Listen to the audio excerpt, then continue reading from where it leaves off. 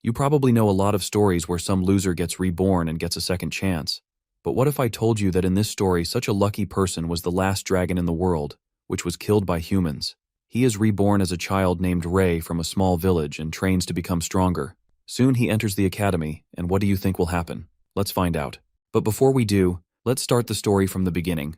Dragons have always terrified the hearts of humans with their power. This inevitably led to them being hunted. Soon, from all the dragons, there was only one left. He chose his last goal in life to take revenge on the humans.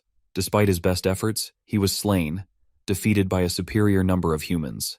But as the darkness closed in, he started to hear voices. Slowly, he opens his eyes as a human baby in his father's arms. Confused and disorientated, he has no idea what is going on. As the once mighty dragon struggles in the hands of mere humans, the father thinks that perhaps his son likes him. The baby, on the other hand, thinks of striking the dragon's breath at this lowly human to burn him to a crisp. He prepares for a legendary move, but it happens to be an attack of the curdled milk that the baby splatters straight onto his dad's face. Meanwhile, the daddy freaks out as a milk puke welcomes him and is disgusted. The baby gets baffled and wonders what happened to his magic. As the mother comes forward to hold the baby, the tiny human is scared witless, thinking what the hell this woman is going to do with him. But to his surprise, she gently touches his face and welcomes her baby, calling him Ray. Flustered, the baby ponders about the silly name the mother has given him and why she is welcoming him. Unable to speak his mind, the baby thinks if the humans have any idea about who he is. While the mother looks at him delightedly, the dragon reckons if the heavens allowed him to be born again as the mighty red dragon, he would have the ultimate chance to fulfill his desire to take revenge on humankind who killed his dragon family. The fire of revenge still burns in him as he thinks it's time to get even, and now, with his human body, he is going to kill every single human just like they did to the dragon kind. While Ray plans to wipe out the trace of humanity in his head, his father gets a sneaking suspicion that the baby will be in a lot of trouble in the future, seeing how naughty he is as a newborn. Resting on his mother's arm, Ray seems to be angry as he thinks of killing them all, but at that moment, he starts feeling sleepy. He assumes that he must have been tired as he spends all his energy controlling his human mouth and dozes off while thinking about how weak human bodies are. After some time, Ray grows bigger and seems to have discovered much about humans. He also had to learn his parents' names because calling them short-haired and long-haired wouldn't be very specific. Ray further reveals his parents' names, Jake and Scarlet, and describes their appearance. He elucidates that they are better looking than other humans. Like his mother, Scarlet has a beautiful face, which speaks volumes about her kind personality, and his father, Jake, has much more muscle than other humans and seems much stronger. Whenever villagers nearby visit, they always treat his parents respectfully because they are adventurers. That's what humans call them. This time, the villagers who seem to visit their house thanks Jake for saving his wife, as she would have died back in the Black Forest if it wasn't for his exceptional swordsmanship. The other villager feels grateful for Scarlet, who is also a strong mage, uttering that it is impossible to find a second mage within a 100-mile radius, so they are lucky to have them.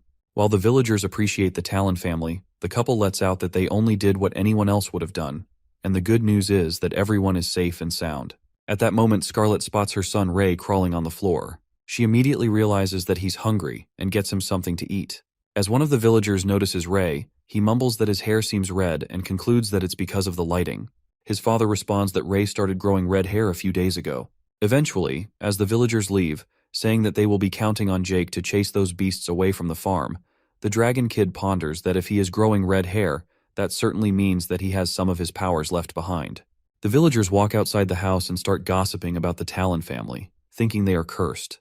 They assume that it's not impossible because not everyone can become an adventurer, and nobody knows the danger they encountered while fighting the monsters. Feeling joyed, Ray contemplates that the people seem terrified of his red hair, inferring that they are already intimidated by his grand presence. But on the other hand, apart from other humans, his parents confused him the most. His mother holds him and tries to feed the little guy, but Ray, who's not an ordinary kid, starts making a mess as he dunks his face into the bowl to eat.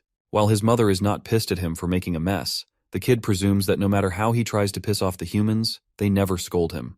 The little guy even peed into his dad's mouth as he slept, but instead of getting mad every time, they just smiled at him happily. After Ray pees into his dad's mouth, Jake seems to be proud of his son, thinking that he's a genius for knowing how to pee by himself. After being treated that way and living with the humans, Ray concludes that if hell existed, this would be it.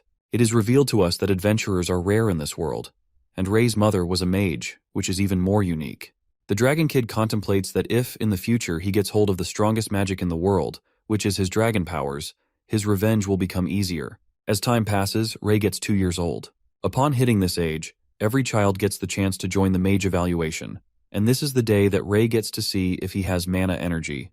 While Jake waves them goodbye and wishes them luck, Ray clings to his mother's arms, and they leave in the horse cart.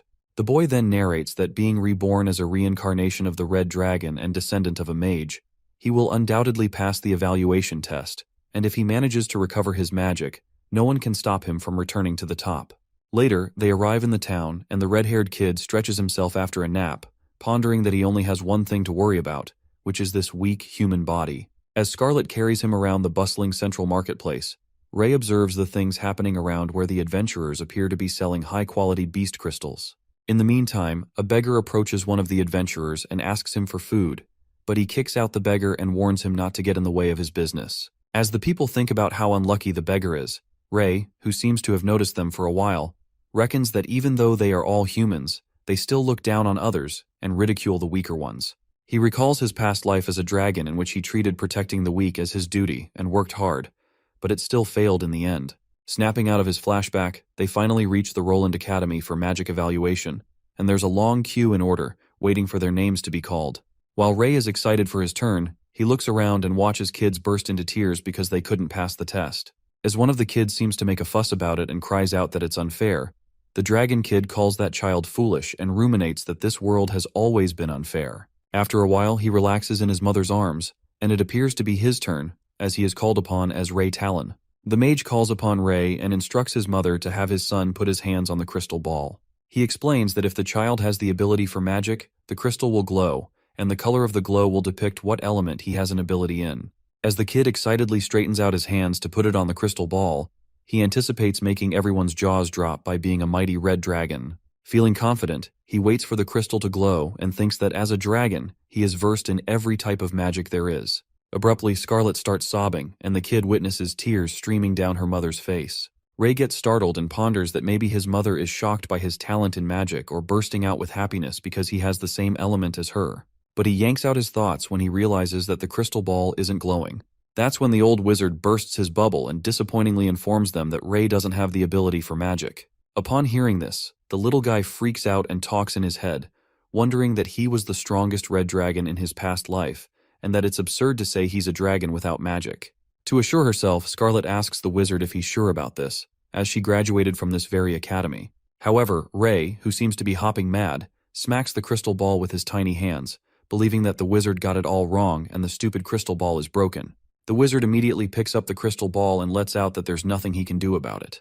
But it seems like the old man hurt the dragon's pride, as the angry boy spits out his pacifier and wonders if the wizard knows that he's the ruler of the magic. Our boy gets mad and tugs at the old man's long beard and pulls his mustache out of frustration, assuming the wizard is lying and trying to hide his ability from his mother to trick them. As Scarlet freaks out and tries to stop her son, Ray becomes a maniac and keeps yanking his beard.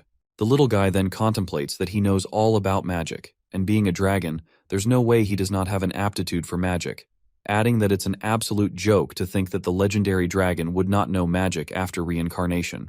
On their way back home in the cart, Ray presumes that heaven is punishing him for killing many humans, but is baffled as he wonders what's the point of being reincarnated when he was going to be punished after all. But then, something flickers in his mind as he seems to grasp the situation. Our boy concludes that heaven is testing him, so he should find another way to take revenge if he can't become a mage. Later, at the table, as everyone is eating, Ray stares at his dad and pleads with him in broken sentences to teach him how to fight. As Jake wonders if he wants to learn swordsmanship from him, our boy anticipates that even though he cannot learn magic, he can still be a swordsman and achieve his dream of taking revenge on humankind. The next scene takes us to Jake, who seems to be teaching swordsmanship to his son Ray, who has grown a bit bigger. However, it appears that the burning desire for revenge wasn't as easy as he thought it would be. Our boy narrates that he's been learning swordsmanship from his father for the past 2 years, but he failed to defeat him every single time. As Jake and his son seem to be practicing with the wooden swords, Ray prepares his sword and becomes determined to win against his father. Observing his father's moves the best, our boy reckons that he just has to take the chance and turn at the exact same moment when Jake swings down his sword so he can attack his side. At that moment, he tries to take the chance and execute his planned move. Unfortunately, Ray fails to do so as his legs entangle and his father's wooden sword strikes straight at his head. Getting smacked once again, Ray wonders why it always ends this way, assuming that his body can't keep up with his brain and that these clumsy limbs keep dragging him down. Later, poor little fella lying on the bed finally awakes as he blacked out after the bang on his head, and Jake lets out a little laugh. Watching him laugh, Scarlet yells at him for joking around and asks him to hold back a little because their son is just 4 years old. Revealing that the night trials are approaching soon, his father mumbles that he won't be able to pass if he keeps practicing this way. But Scarlet, who seems angry, says that he's pushing Ray too hard and affirms that he doesn't need to follow in their footsteps, as there are many good jobs out there besides being an adventurer. But Mr. Talon assures his wife that he's not pushing him, and Ray seems clumsy because of his young age, as he doesn't have enough control over his body yet. He adds that they have an entire year left, and they have to believe that their son can enter the Avrian Knight Academy. Upon hearing this, our boy reckons he still has a year left till the night trials and doubts whether he can do it. Speculating that he's a reincarnation of a red dragon so he wouldn't be as weak as a human, Ray gets high-spirited and assures his parents that he can do it, uttering that he will be the strongest person anyone has ever seen. To take their practice to the next level, Jake gives his son a present, and it turns out to be a real sword from which they will practice from now on. While our guy is astonished to hold a real sword in his hands that seems too big to handle, Jake claims that this sword will help him raise his control quicker and whispers in his ear about another gift he has for him. As our boy speculates why his father is being so mysterious, they reach the storage room and to his surprise, he is welcomed by a magic puppet. While Ray contemplates what this might be for, his father warns him not to underestimate it as this puppet is powered by magic, and students of Avrian Academy use it to train their apprentices. However, he suspiciously looks at the puppet and wonders if what his father is saying is true. After that, Jake challenges his son to try attacking the puppet, and he confidently accepts the challenge. After warming his wrist up, Ray strikes the sword towards the puppet with full strength, and it activates to level 1. But, as soon as the sword hits the puppet's shield, it strikes back in a flash and makes Ray's sword fly away. As level 1 terminates, the little guy is left disappointed as he gets defeated. Watching his son getting disgruntled, Jake appeases him and lets out that even if he manages to win against the first level, he will be able to pass the night trial exam, adding that he used many of his connections to get this puppet. Upon hearing this, Ray gets as excited as ever and thinks about winning the trial in no time. It appears that our boy is determined to win this time and tumbles on the ground after being completely worn out as he seems to be practicing hard. Ray lets out a deep sigh as his movements fail to follow up with his brain and gets annoyed by his weak human body. He further ruminates if he keeps progressing like this, he won't even be able to beat the puppet, let alone take his revenge. Suddenly, a voice echoes from behind and questions why he wants to defeat a puppet, making our boy startled as he prepares to swing his sword. Speculating where the voice came from, he catches a glimpse of a girl who sneaks up on him and gets flustered. The blonde-haired girl apologizes to Ray, saying that she didn't mean to startle him and introduces herself as Amy. Revealing that she lives in the village, the girl lets out that Ray caught her eye as she saw him out in the mountains at this time, and so she decided to remind him to leave the mountains before sundown. Getting a little nervous, he asks her if this place is dangerous, and Amy starts to yap about how this place is fine by the morning, but since this place is too close to the forest, the magic beasts may appear after sundown. While Ray finds this information interesting and is surprised by how much she knows, Amy tells him that she harvests fruits and vegetables, so she's quite familiar with this place. She then offers him to trudge down the mountain together since it's going to get dark soon, to which our boy immediately agrees to. As they exchange their names, it turns out that Amy already knows his name because he's famous in his village.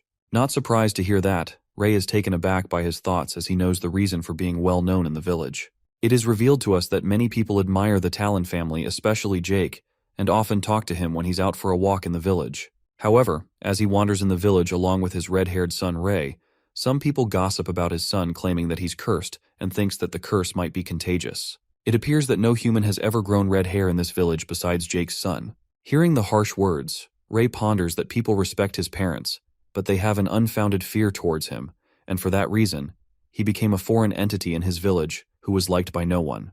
Getting reminded of his past life as a dragon, he then wonders if it's because of the adults who always use stories of vicious and horrifying red dragons to scare children. Red is a color signifying strength, but according to them, it's evil in human society. He reflects upon this irony of how greedy humans were the ones who took down their race, but it's always the dragon kind, the ones that are written off as evil in stories. Justifying their revenge, Ray exclaims that they did that only to protect themselves, but humans saw this as the proof of their supposed brutality. While our guy is zoned out by these thoughts about how disgusting humans are, He is interrupted by Amy, who asks him what he's thinking about. After that, Ray snaps out of his thoughts and follows her down the mountain. Amy starts conversing about how she's kept seeing him around the mountain lately and questions him if he's practicing. As our boy tells her that he wants to become a swordsman, she thinks that it's cool since Ray's father is the only swordsman in the village. She then asks him if he's going to join the Knight Academy, and our boy nods to her. Continuing the chatter, Amy reveals how her brother is going to take the exam too, since he's really strong, and claims no one in the village can beat him, but he's jealous of Ray since his dad teaches him, while normal folks don't have a chance to learn swordsmanship.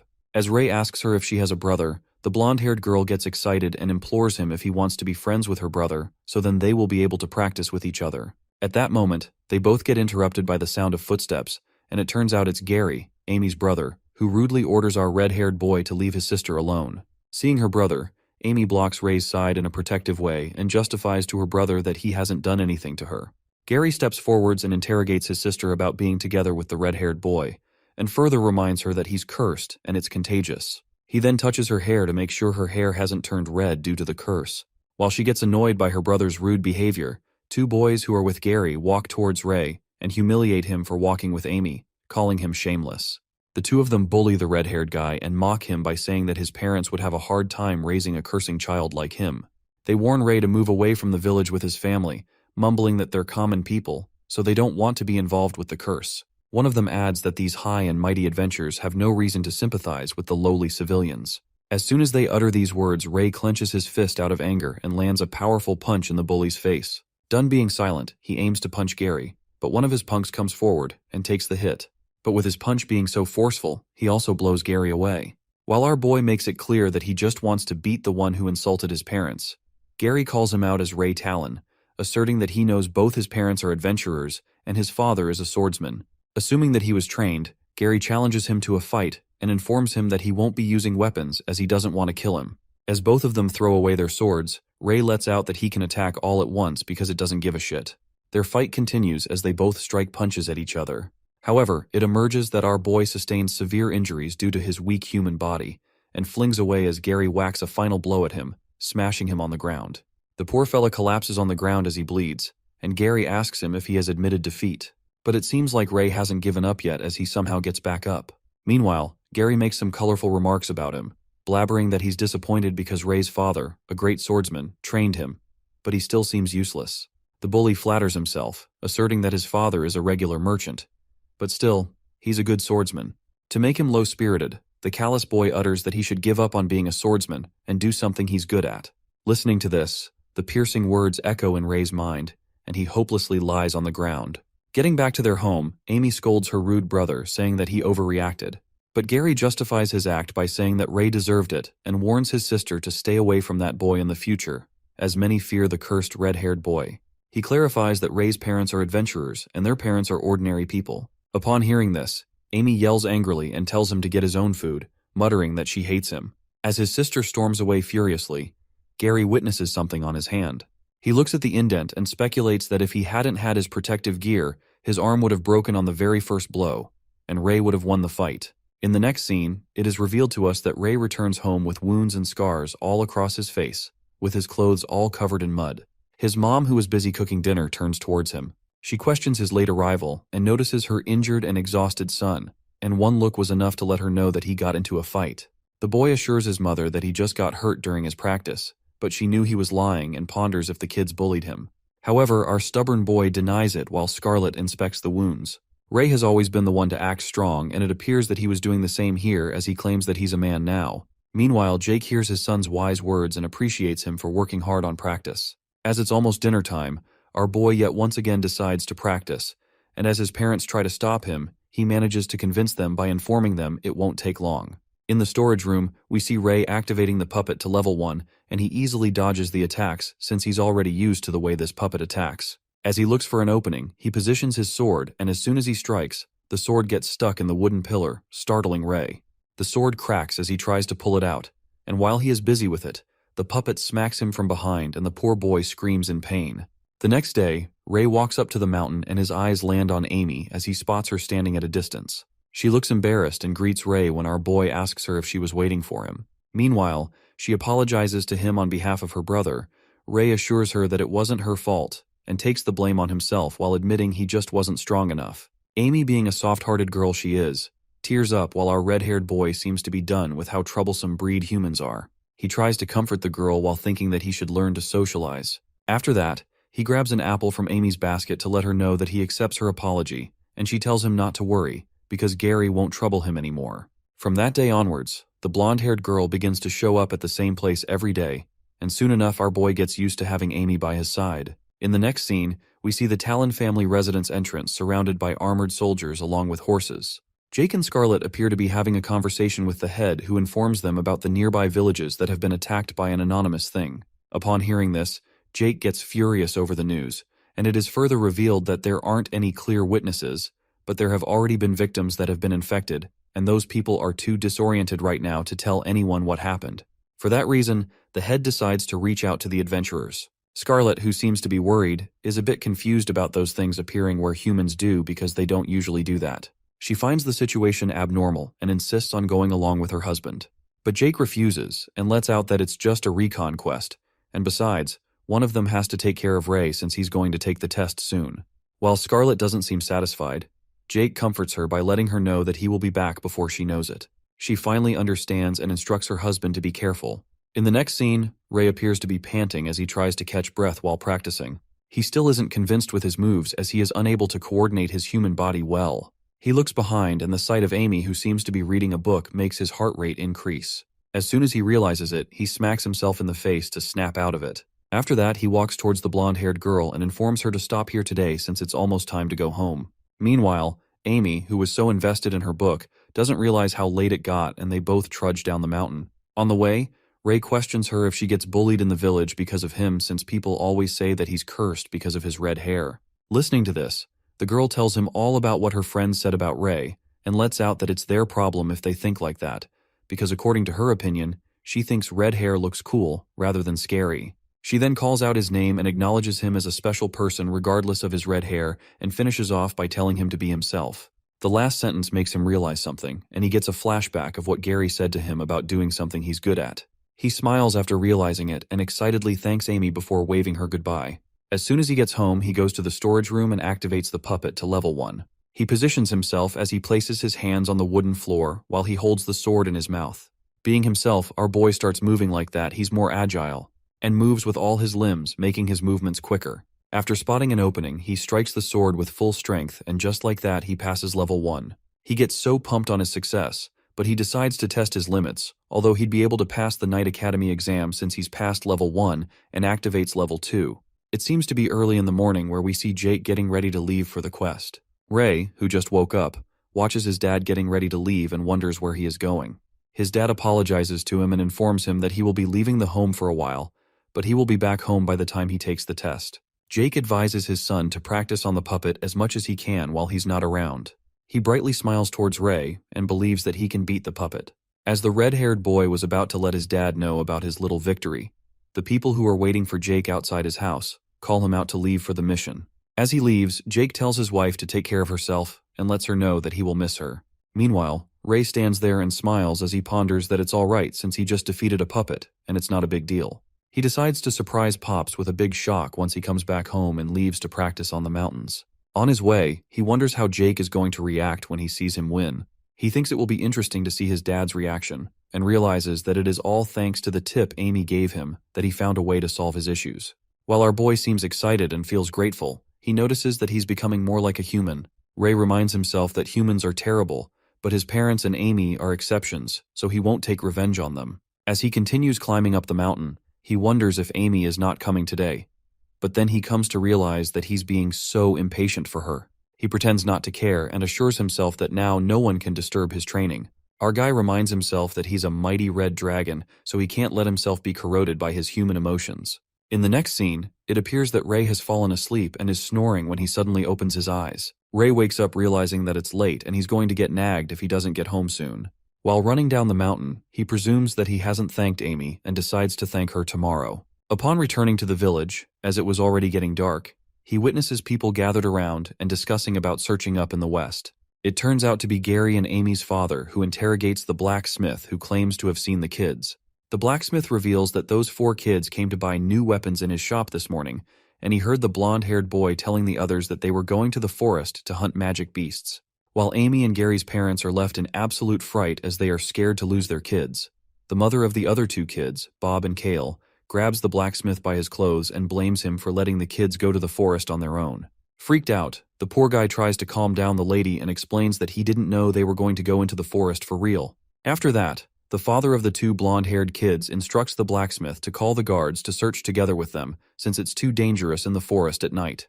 While the old guy does what he's ordered to do, the red-haired boy who was walking to his house wonders about Gary's little gang that went missing. He thinks that it's karma that they got what's coming for them. He wonders if they got killed by the magic beasts, so it would be less of a chore for him, and remains unbothered until he remembers Amy. Trying hard not to think about the girl, Ray tries to shrug it off while he recalls how she treated him pretty decently, and he doesn't want to take revenge on her, but she has a foolish brother. On the other hand, the people collect torches and materials to leave for the forest. As our boy decides to walk away, as he ponders how short human lifespans are, and it's just a matter of time before they get killed. But at that moment, a glimpse of Amy appears in his mind. He reminds himself that he has his own path to walk on, and wonders what's this feeling that's making him rethink his decision. Without another thought, he turns around and believes that Amy is innocent, and he still hasn't thanked her for defeating the puppet yet. The scene switches to the forest, where we see two of the magic beasts bruised badly, whereas Kaylee and Bob are lying unconscious on the grass. Gary tries to protect his sister from the magic beast as she sobs out of fear. He instructs Amy not to move and prepares to fight the beast with the sword in his hand. Ray runs towards the forest, and as he sniffs, he recognizes the smell of blood. Just as he thought that Amy was in danger, he finds a dead young demonic wolf and inspects the incision from a blade on its stomach, which was still warm.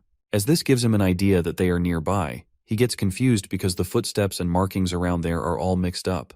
Baffled, he thinks of which he should go, and that's when he hears a scream. It seems to be Amy's scream. Fighting the beast, Gary is thrown onto a tree by an adult demonic wolf and falls on the ground. Meanwhile, the demonic wolf approaches to attack Amy, who covers her head and closes her eyes, hoping someone would come to help. Just then, she hears the sound of a blade striking and opens her eyes only to witness Ray fighting the wolf and hitting the sword in the wolf's mouth.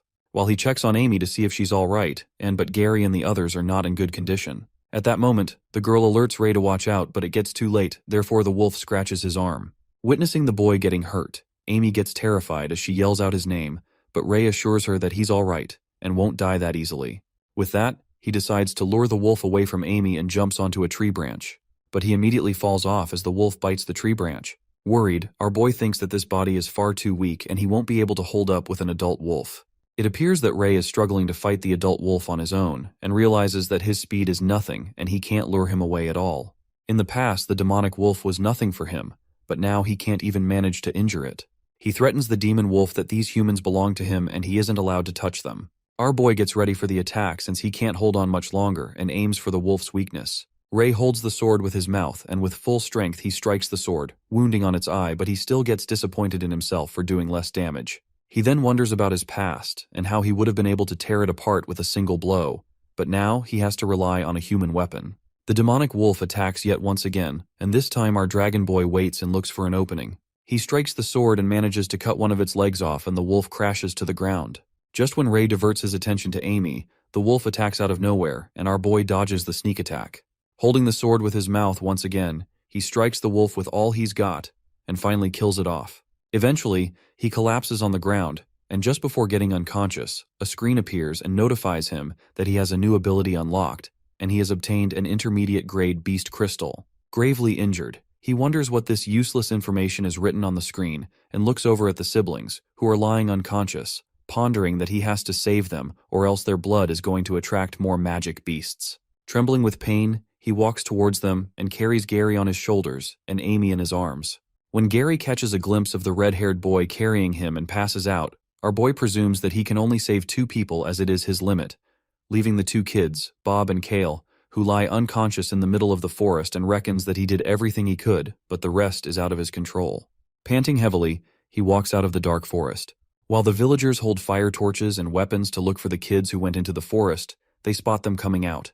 As they quickly inform the kids' parents, one of the villagers recognizes that it's the red-haired boy from Talon's family. Ray, whose blood keeps dripping along the way, immediately asks the villagers to help Gary and Amy, who are blacked out at the moment, and tells them that they might need healing.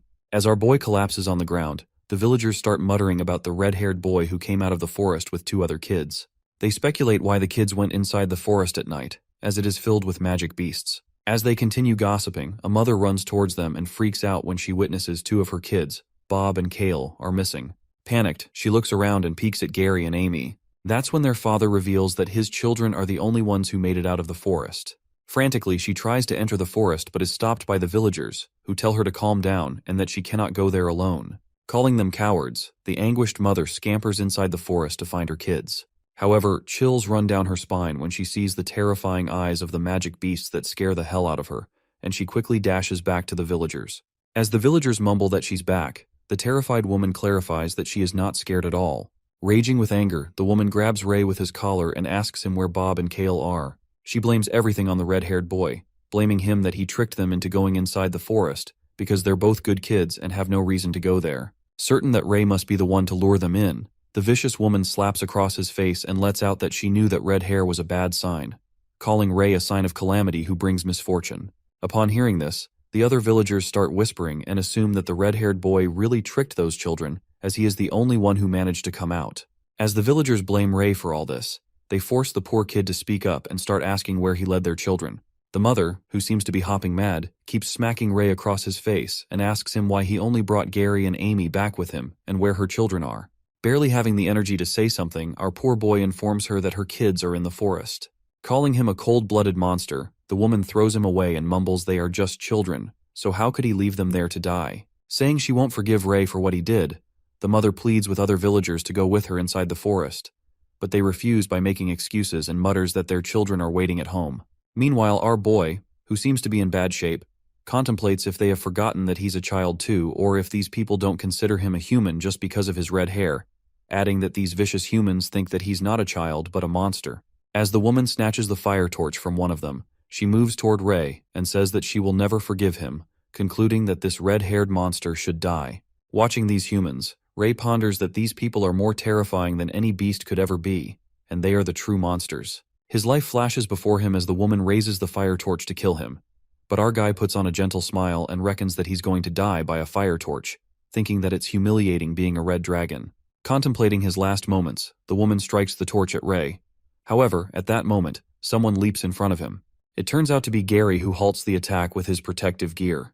Witnessing the blonde-haired guy save Ray, the villagers assert that he must have gone mad for saving the monsters, as it managed to charm Gary too. As they shout to kill the monster who the blonde boy shields, Gary gives them a deadly stare and says that they are the ones who've gone mad and want to kill him just based on assumptions. Protecting the red-haired guy, Gary stands guard in front of him and warns the villagers not to touch him, as Ray is his savior. After that horrible incident, our boy has a nightmare about the woman who blames him for everything and smacks him, calling him a star of calamity. He also gets reminded of his past as the mages leap toward him to kill him, asking him to sacrifice his life. As he dreams of the humans who want him dead, Ray wakes up out of fear and looks at his mother. While he peeks at her mother, who holds his hand and cries for him in her sleep, our boy ponders how humans are beautiful, yet cruel. As soon as he sits up, Scarlet wakes up and bursts in happiness after seeing Ray waking up. Wondering if it's a dream, his mother grasps him in a hug and feels grateful, as she thought Ray would never wake up again. As she hugs him tightly, Ray screams in pain, and Scarlet lets out that he is still in pain, adding that it serves him right for acting rashly. Curious, our boy asks her how long he has been asleep, to which his mother reveals that he has been sleeping for an entire week. Scarlet cries out of joy, saying she doesn't know how she would have explained things to his father if he hadn't woken up. Upon hearing this, Ray questions her about the people in the forest, and his mother informs him that the 2 children he saved are lightly wounded but fine. However, Bob and Kale are both still missing, and she assumes that they were killed by the beasts. We are then traveled back to Scarlet's flashback, where she arrives at the forest and witnesses her son beaten up by the villagers. Gary protects him and makes them understand that they went into the forest by themselves, and Ray saved them. While the villagers don't seem to believe him, Scarlet watches his son lying unconscious on the ground, and bursts into anger as she activates her magic powers. The villagers calm her down and tell her that her son led the children into the forest, so he should take responsibility, adding that as a mother, she should know how it feels. As Scarlet takes her son in her arms, who seems gravely injured, she gives them a deadly stare, deadly enough to eat them alive, and the woman who beat the crap out of Ray trembles in fear. After that, the woman whose children are trapped in the forest breaks down into tears and pleads with the villagers to save her kids. The villagers sympathize with her, muttering how she will live without them. While Scarlet holds her son, she hears the people gossiping about Ray as they blabber that they should have kept far away from that curse. As one of the men warns the other, who's gossiping about the Talon's child, that he's being too loud, the gossiper puts on an evil grin and lets out that he was talking about the forest. Upon hearing brutal things about her son, she carries Ray in her arms and walks away. Snapping out of her flashback, Scarlet pats his head and tells her son not to blame himself as everything's over now. Meanwhile, she reveals that the boy named Gary told her everything and encourages Ray by saying he was amazing. His mother goes out of the room to bring him something to eat. After his mother leaves the room, Ray seems to wonder about the thing that appeared in front of him in the forest. While he thinks if everyone has this screen, he taps one of the powers known as the Blessing of the Dragon's Eye. As soon as he touches it, the power activates, and our boy freaks out when he peeks at his mother's energy status, realizing that he had this ability in the past. He reminisces about the time when he was the red dragon and had different types of magic. But ever since he failed the aptitude test, he never thought he would get the chance to use them again. Feeling delighted to use his powers once again, Ray assumes that he will unlock his powers one at a time, and peeks at the intermediate grade beast crystal he has acquired, wondering if he got it because he killed an intermediate demonic wolf. Suddenly, Ray notices smoke emerging in his room and starts coughing. Ray opens his window and witnesses villagers shouting that their house is on fire. That's when his mother barges into the room, apprising him of a fire and tells Ray to get out as the fire spreads across the house. However, as the flames keep rising, Scarlet saves him with her magic and halts the fire. As Ray clings to her mother's arms, he uses his dragon eye power to spot the target that burned down their house. Inspecting the villagers with his dragon eye, he finds out the culprit, who appears to be Bob and Kale's mom, with a kindled fire in her hand. It appears that the flames engulf their whole house. While the villagers are shocked to see that it is Talon's house, and seem certain that it's because of the cursed kid, Scarlet uses her magic to put out the fire and impressively scatter the flames like wind. As the fire is finally stamped out, the villagers whisper that it's the curse again and anticipate that if the red-haired cursed kid stays here any longer, their entire village will be in ruins. Meanwhile, Ray is crushed after hearing such things about him. He is interrupted by his mother, who asks him if the fire scared him. Shaking those thoughts, he holds his mother's hand and tells her how cool she was when the flames blew away immediately. As they make their way to the house, Ray, who seems upset by all the harsh words, ruminates that those humans wanted to burn their home, and even wanted to burn them along with it. Concluding that the humans wanted them dead, he burns with fury and gets determined to take revenge. Later, our boy leaves for training and his mother tells him to go easy on himself as his wounds haven't healed up yet. After that, he reaches the forest and draws out his sword. He then activates his dragon eye and gets happy to see the beginner magic beasts that he can defeat easily. One of the magic beasts, who appears to be a monkey in the tree, plucks out an apple and starts eating it. Ray spots that monkey with his dragon eye and sneaks up from behind, smashing the sword into the beast. It turns out that our boy kills 20 of the beginner magic beasts. After killing the monsters, the dragon system appears and shows him that he has obtained a beast crystal. Looking at the screen, Ray lets out that it's a matter of luck as he killed 20 of the magic beasts, but obtained only 2 crystals. As he wonders what would happen if he absorbs the crystal, he peeks at the little wolf wandering around its dead family. Ray tries to pat the little beast and asserts that it has to fight on his from now on, when suddenly the screen pops up and notifies him about the taming chance of the black demonic wolf pup. Unaware of what it means, he clicks to take the chance. He gets excited after seeing that it worked, and the black wolf pup has been tamed. However, our boy freaks out when he gets to know that the tamed magic beast goes inside his body. Shocked, he asks the dragon system if there are no side effects and he can summon it. While Ray annoyingly looks at the little dragon and lets out that he's going to kill him if it doesn't work, the dreadful dragon system nods its head. At that moment, he unlocks another skill, but he decides to stall it later as he has another business to do. He searches for the 2 lost kids with his dragon eye ability and finds them as he locates them above a hill. He reaches the place which somewhat looks like a cave and witnesses plenty of dead bodies and skulls lying around. Ray then spots 2 dead bodies similar to Bob and Kale, and it appears that the beasts have ripped out their organs, devoured them completely. Not leaving anything on their body but clothes and bones, our guy takes their clothes off as a mark of identity and puts them in a basket. Later at night, Scarlet keeps nagging Ray for not pushing the training much since he hasn't healed it. Telling her to stop being such a nag, his mother lets out that he's being rebellious and goes on scolding him as he also got his clothes dirty. While Ray informs her that he will be practicing tomorrow, Scarlet seems to be done with him and reveals that his dad is coming home in a couple of days so he can train with him. As our guy jumps out of happiness and gets impatient to show Pops his training results, his mother roars with anger, instructing him to put on his blanket properly and go to sleep. Frightening the life out of him, he gets to know that instinctual fear from the human bloodline is real. After that, at midnight, Ray opens his eyes and lies awake. He goes into the storage room and picks up the bucket of clothes he fetched from the forest and another bucket full of blood. On the other hand, someone knocks at Bob and Kale's house, and the mother descends down the stairs, wondering who it could be at such a time. As she opens the door, hoping to see her children, and calls out their names to see if they have returned. However, her eyes land on something lying in front of the house, and she recognizes at once that it's her son Kale's clothes. The woman picks up the clothes and notices footprints that seem to be taking her somewhere. To find her kids, she follows the footsteps and shouts that she's coming to get them. However, the footprints lead her deep into the forest. Realizing that it's too dark, she holds her lantern and decides not to go any further in the forest. That's when she spots her son Bob's clothes hanging on the tree and calls out their names as she runs to find them. Panicked, as the woman comes near the tree where Ray seems to be hiding, he lets go of the rope, and a bucket full of blood drops right onto her. Drenched in blood, the woman shouts madly and asks who did this.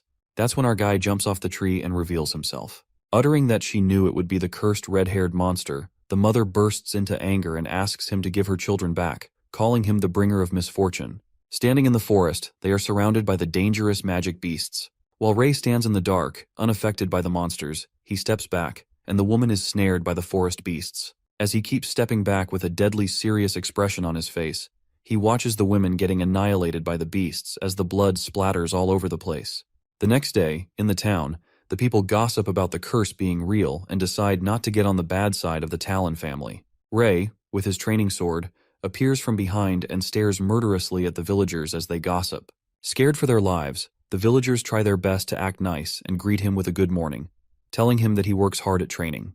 While the villagers take a sigh of relief as he leaves, our boy speculates that there are new rumors about him, and this time, he likes them. Upon reaching home, Ray notices many horses outside his house and gets pumped up, thinking that his father is home. However, as he enters the house, he witnesses his mother crying. Thinking that something has happened to his father, he runs to her and asks his mother what's wrong. Sobbing, Scarlet informs Ray that his dad is sick but will recover soon. Watching his father gravely ill, he activates his dragon eye and reckons that he has never seen any living being have such a high status, even when he was a dragon. Suddenly, Jake tries to speak something and mumbles that the shadows will kill everyone. That's when the mages reveal that Jake was inflicted with a plague of shadows and was attacked by a shadow beast while trying to protect a villager during their quest. Upon hearing this, our boy presumes that he has seen anything like that before. He is left baffled as he wonders when these beasts appeared and what happened to the world after he died as a red dragon. While his mother thanks the mages for bringing Jake back home, the mage apologizes as they couldn't protect him. Ray peeks at the dragon system and reckons that maybe he will be able to help his father with a spell. After that, Ray thinks about one of the high-tier spells he used to know which had the ability to dispel all forms of curses and black magic. But he's unaware of how to unlock that spell again, and wonders if he were to unlock that spell as a reward for killing magic beasts, then it would most probably be a high-ranked magic beast. He learns the fact that he's weak right now and can't take on a magic beast. The red-haired boy then turns towards his mother and questions her if he joins the Avrian Knight Academy, will he be able to get stronger. Scarlet, who seems to be crying, lets him know that this is the place where his father studied in the past, so he will become a strong warrior just like him. Upon hearing this, our boy gets all enthusiastic and decides to ace the test and become a student of Avrian Academy to find a way to save Jake. His mother with a heavy heart hugs him and confesses that she believes in him so he can do this. In the next scene, we see what appears to be a church where we see the people wearing hooded cloaks who seem to be priests. Among the priests, the Master Elder informs others that the prophecy has been foretold and a great change will befall this world. While the others wonder what change could it be, the prophecy turns out to be about Ray, as Master Elder wonders whether the boy will bring redemption or calamity. The future is yet to be determined. Just after that, the Elder orders to notify the knights to find the boy as soon as possible, so that if he brings redemption, they shall lead his way, but if he brings calamity, they should destroy him. The next scene takes us to the examination day of Avrian Knight Academy, where everyone is excitedly lined up as they look forward to seeing the knights. As the knights arrive, everyone cheers on them, and they see Knight Delbert, who is very charming, and people are gossiping about how he's just as the rumors said.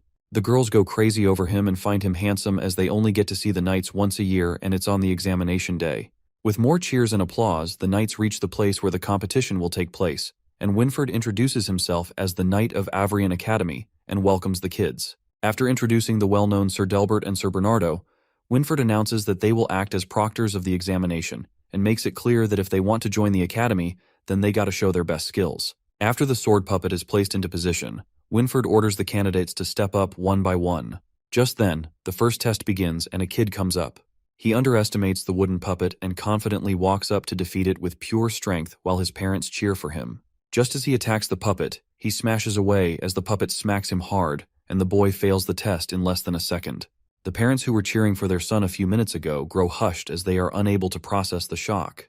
While the second candidate gets called upon, Ray seems to be immersed in his thoughts about how Jake told him exactly how the puppet works, and he has to defeat level 1 wooden puppet. The red-haired boy looks up at the puppet, noticing how it doesn't move but the speed at which it defends and counterattacks is on par with adults. But our guy yanks out his thoughts as he is interrupted by the voices of Delbert and Winford. It turns out that he's able to hear their conversation from a far distance, which is probably because of obtaining more beast crystals that his senses are becoming sharper. The knights seem to be chattering about how it is a waste of time to come here, but they have to follow the orders of the elder. Knight Delbers utters his opinion that the knight should come from noble blood, as he doesn't understand why they're wasting time on these filthy commoners. Listening to this, Winford, who seems like a nicer guy than Delbert, thinks that he's being harsh and has said a bit too much. Delbert, who is already fed up, gets more disheartened when there is not a single successful candidate after several rounds. Just then, Gary shows up and passes the examination test as he flashes a smile to everyone. As Sir Bernardo announces his success, the villagers begin to gossip about how he has potential in him. Meanwhile, Ray gets embarrassed on Gary's behalf, thinking, what the hell is he doing?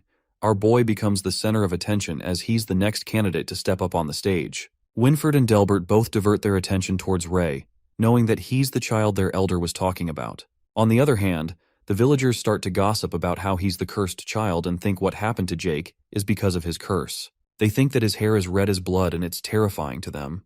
The villagers continue to blabber, muttering that Ray is a monster who can only bring misfortune and can't become a knight, and think it's a joke. But our guy doesn't seem to give a shit about it and takes his hood off as he moves up to the stage. At that moment, Bernardo informs the candidate to be prepared as the test starts in a minute. That's when Delbert approaches Bernardo and confesses that he doesn't believe in prophecies, as according to him, if the prophecies are true, then the red hair would be able to pass the test at any cost.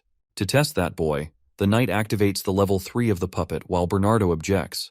With a whirl, the puppet starts moving with a lightning speed and moves towards Ray. To alert Ray, Bernardo and Winford yell at him to move out the way or he can get killed, but before he could say anything more, in a flash, Ray slashes the puppet's head off with his sword. As it happens, a deafening silence takes over the place while the wooden puppet head falls on the ground, making the knight's jaw drop. While Bernardo seems to be stunned to speak, Winford proudly tells him to announce the results. The knight then congratulates the candidate upon passing the test, while Scarlet gets proud of his son, and Gary appears to be in disbelief. After passing the test, Ray leaves the village along with the knights and wishes his dad goodbye, who lies unconscious. He assures his pops not to worry and promises to find a way to heal his dad. As he looks at his dad, Ray gets emotional, and that's when Scarlet arrives. She seems to have something in her hands, and it turns out to be a pendant. His mother makes Ray wear it as it was passed down in her family with hope to bring him good luck. After that, he informs his mother that he's leaving and asks her to take care of herself. Scarlet seems to be worried about him and instructs Ray to take care of himself, assuring him that she's here for him if he ever feels troubled. Our boy reassures his mother and declares that he's a man now. Just then he leaves while Scarlet sheds tears. As he arrives at the place, he is asked to be seated in the cart with the other boy waiting for him inside. Wondering who it might be, our guy realizes that it's Gary. Looking at each other, they both look embarrassed, while Ray ponders if they are the only ones to pass, and it's extremely awkward between them as they depart. On the way, Gary finally musters up the courage and apologizes to the red-haired boy, admitting that he was mean to him and even smacked him. He admits that he was being an idiot back then and bows as an apology gesture. Our boy looks shocked at first but then accepts the apology, thinking that it's fine since Gary is just a 5-year-old kid, and mentions that Gary also saved him, so it's even between them now. Upon hearing this, the blonde-haired boy gets confused about being a 5-year-old and enunciates how Ray is the same age as him. Meanwhile, our boy gets a bit nervous and changes the topic. He asks about Amy and wonders why she didn't come today for the examination. Listening to this, Gary gets confused because he thought his sister told him she's going to the Roland Magic Academy. It seems that Ray hears this name for the first time and wonders why Amy didn't tell him that she had the aptitude for magic. While they're on their way to the Knight Academy, suddenly they hear one of the knights shout to stop the cart, and it halts. Both of them peek outside from the curtains and witness dense fog, wondering what's going on. Winford calls out that they're the knights from the Avrian Academy and orders them to tell them who they are at once. A girl emerges from the fog who appears to be in bad condition, and she calls out for help. introducing herself as Anne Woodwork, an adventurer from the Traceless Guild. While Bernardo asks her the matter, the girl collapses in his arms. To their surprise, she informs the knight that her team was attacked by shadow beasts. Upon hearing this, Bernardo gets baffled and wonders why the shadow beasts would appear here when they didn't even come across a single magic beast on their way here. While Delbert, being overconfident, thinks it's probably because they know how strong they are, Winford informs the girl that they're heading to Rennie, so if that's on the way, they can take her. As Anne thanks the knight and agrees with him, Gary wonders why they're headed to Rennie instead of the Knight Academy. Delbert, standing there, hears him and responds to the blonde-haired guy not to be stupid because there's no use sending kids to the front line. Meanwhile, they both get baffled as they wonder what he meant by the front line. Knight Delbert explains that the Avrian Knight Academy is placed at the border, so it may be attacked at any moment. That's when Winford interrupts that they need to train for a decade in Rennie until they grasp the basics of battle before continuing their studies in the Avrian Knight Academy. Upon listening to the word decade, Ray is left speechless and ponders that for a dragon it's a very short time, but not for a human, and wonders if Pops can wait for such a long time. On the other hand, Gary seems to be anxious about the Huntress being the only survivor, and Ray's father being attacked by the shadow beasts too. He thinks that even the knights were shocked to hear that it was done by shadow beasts and wonders what will they do if they encounter them. Just then, they hear a crack sound, which makes our boy alert, while Winford announces everyone to be prepared because something big is approaching their way. It turns out to be Drop Bear King, the one that became a shadow beast too. As all the three knights prepare for the battle, the Drop Bear shadow beast approaches them from behind the bushes. While the shadow beast is about to attack Knight Bernardo, who can't seem to dodge the attack in time, Ray shows up at the right time and kills the beast, saving the knight. Bernardo then instructs the kids to protect themselves, while Winford wonders why the Drop Bear King isn't moving and is bothered because he thinks it's waiting for something.